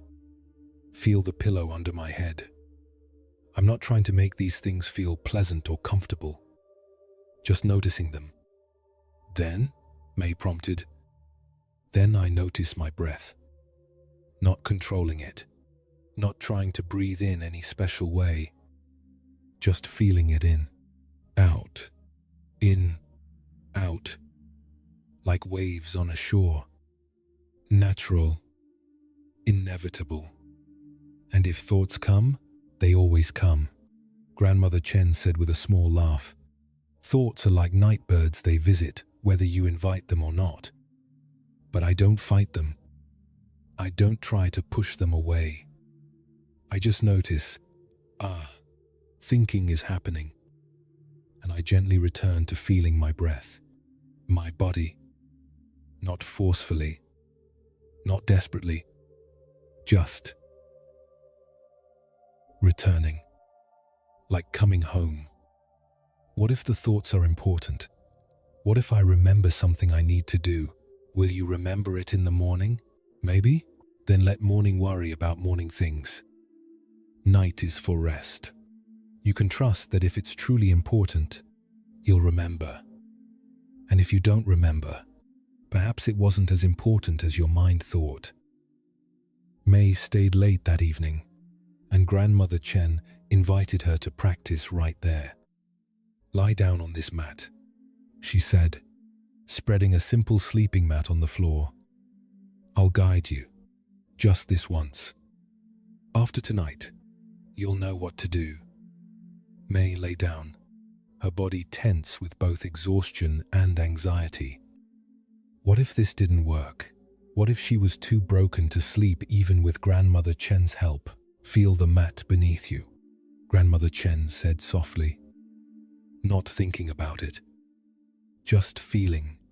Your back against the mat, your legs, your arms. Let your body be heavy. You don't have to hold yourself up. The earth is holding you. The mat is holding you. You can let go. May tried to feel this, but immediately her mind jumped in. Am I doing this right? Is this working? Should I feel different? As if reading her thoughts, Grandmother Chen said, "Your mind is busy. That's fine. You don't need to fight it. Just notice, oh, my mind is busy, and return to feeling your body, the mat, the weight, the contact." May tried again. This time, when her mind started its commentary, she just noticed and returned to sensation. The mat was there. Her body was there. Heavy, present. "Good," Grandmother Chen said. "Now feel your breath. Where do you feel it most?" "In my chest," May said. "Then just feel your chest. Rising, falling, rising, falling. You're not making this happen. It's already happening. You're just noticing." May felt her chest rise and fall, and for the first time in months, she wasn't trying to control her breath, regulate it, make it relaxing. She was just feeling it do what it was already doing. "Thoughts will come," Grandmother Chen continued, her voice like warm honey. "Worries might visit. Plans. Memories. This is natural.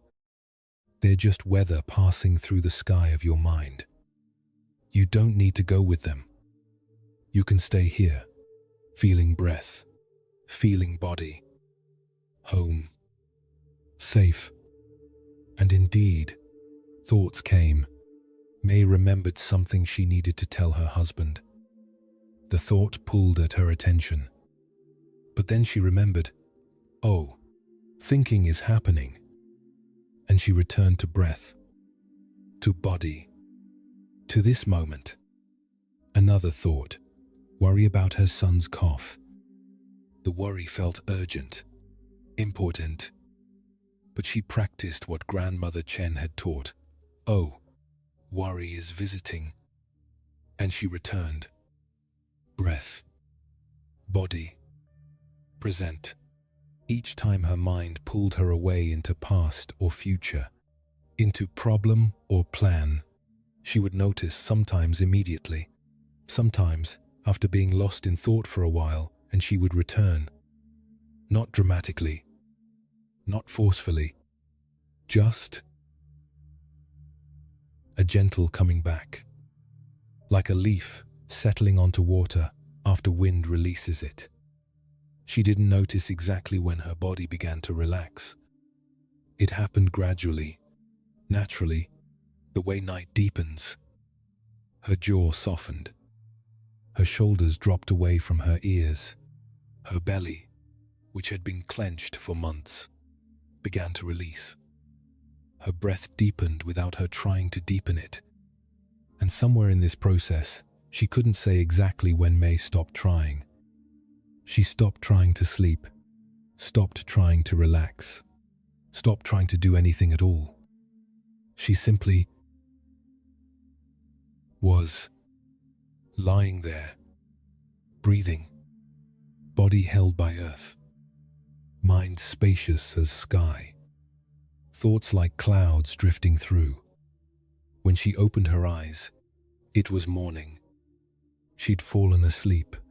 She'd slept through the night for the first time in months. And what was most remarkable, she'd slept without trying to sleep. Grandmother Chen, who'd been sleeping in her own bed, came in with morning tea. "You trusted the dark," she said, smiling. "You let night be night. You let sleep come when it was ready instead of trying to force it." Over the following weeks, May practiced this every night. Some nights, sleep came quickly. Other nights it took longer. A few nights were still difficult. But even on the difficult nights, something had changed. Because even when sleep was slow to come, she was no longer fighting, no longer lying there in anguished struggle. She was simply present, resting in the dark, trusting that sleep would arrive when the time was right, just as morning always follows night. Months later, other villagers began to notice the change in May. "You look rested," they'd say. "What happened? Did you find some special herb?" "No," May would tell them. "I learned to trust the dark, to stop fighting with my mind, to let sleep come instead of trying to make it come." Some understood immediately. Others nodded politely but clearly didn't get it. How could doing nothing solve insomnia? Surely there had to be some technique, some secret practice, some special thing you had to do. But May knew now that the secret was in the not doing, the not trying, the releasing of effort itself. Sleep came when you stopped chasing it, the way a butterfly might land on your hand if you held very still but would fly away if you grabbed for it. She would often visit Grandmother Chen in the evenings, and they would sit together in the garden as day became night. They rarely talked much. Mostly they just sat, watched, let the transition happen without trying to hurry it or hold it back. "You know," Grandmother Chen said one evening, "sleep is good practice for death. Both require trust. Both require letting go. Both require releasing your grip on control and allowing something larger than you to carry you into darkness." May felt a chill at these words, but also something else, a kind of deep peace. "You're not afraid of death? No more afraid than I am of sleep." Grandmother Chen said, "It's just another darkness to trust. Another letting go. Another returning home." They sat in silence as stars emerged, as day released itself into night, as the whole valley settled into the ancient rhythm of light and dark, waking and sleeping, living and dying and living again. And somewhere in that silence, May felt something she'd been missing for months, a deep, bone-level trust that she would be okay, that life was holding her, that she could rest, that the dark was safe, that she didn't need to control everything, that she could simply let go. You're here now, in the dark, listening to these words.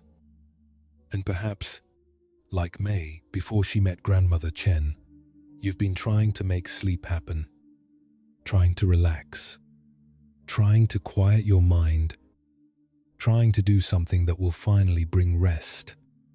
What if you could stop trying, just for tonight? Just for now. Your body already knows how to sleep.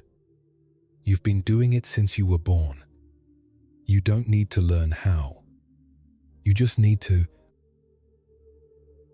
allow it. The way you allow night to follow day. The way you allow your breath to breathe itself. Thoughts will come. They're already coming, aren't they?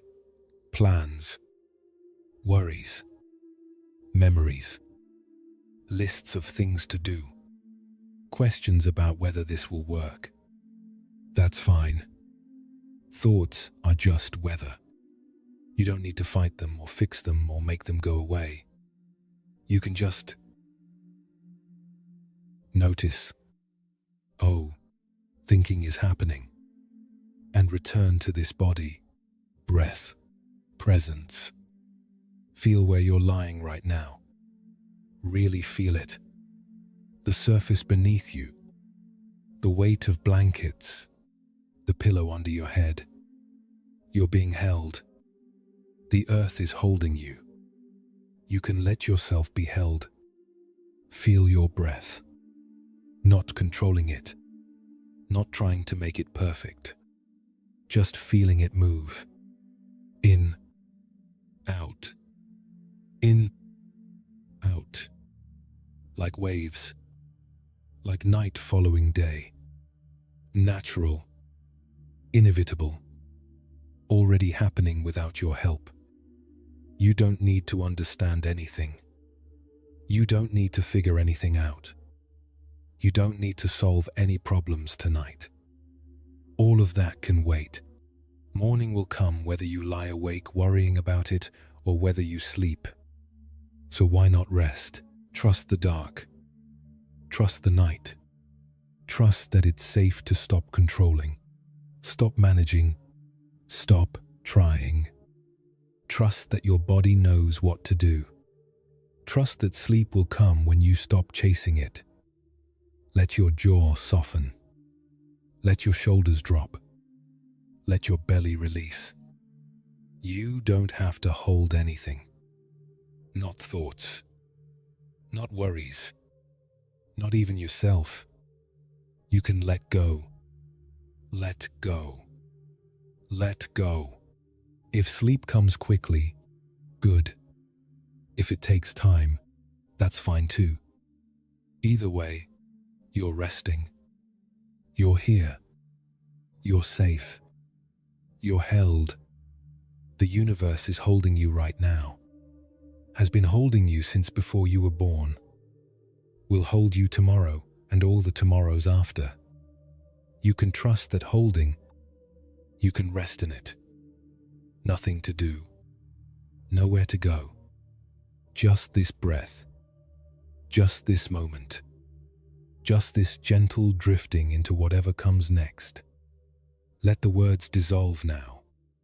Let everything dissolve. Thoughts. Fading.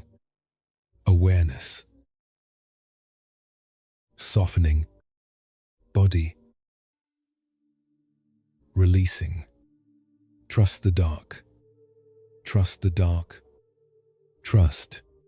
Drifting now. Breathing. Releasing. Safe. The night is holding you. The darkness is soft. The universe is breathing you. Everything is already unfolding. Already perfect. Already complete. Let go. Let go. Let. You've traveled far tonight. Through Korean rice fields and Japanese temples. Through Chinese lakes and Vietnamese mountains. Through Thai forests and Tibetan caves. Through countless moments of learning to trust what cannot be controlled. To release what cannot be held. To rest in what is already complete. All of these stories carry one truth, spoken in different voices. The universe is trustworthy. Not because nothing difficult ever happens, but because life itself has intelligence.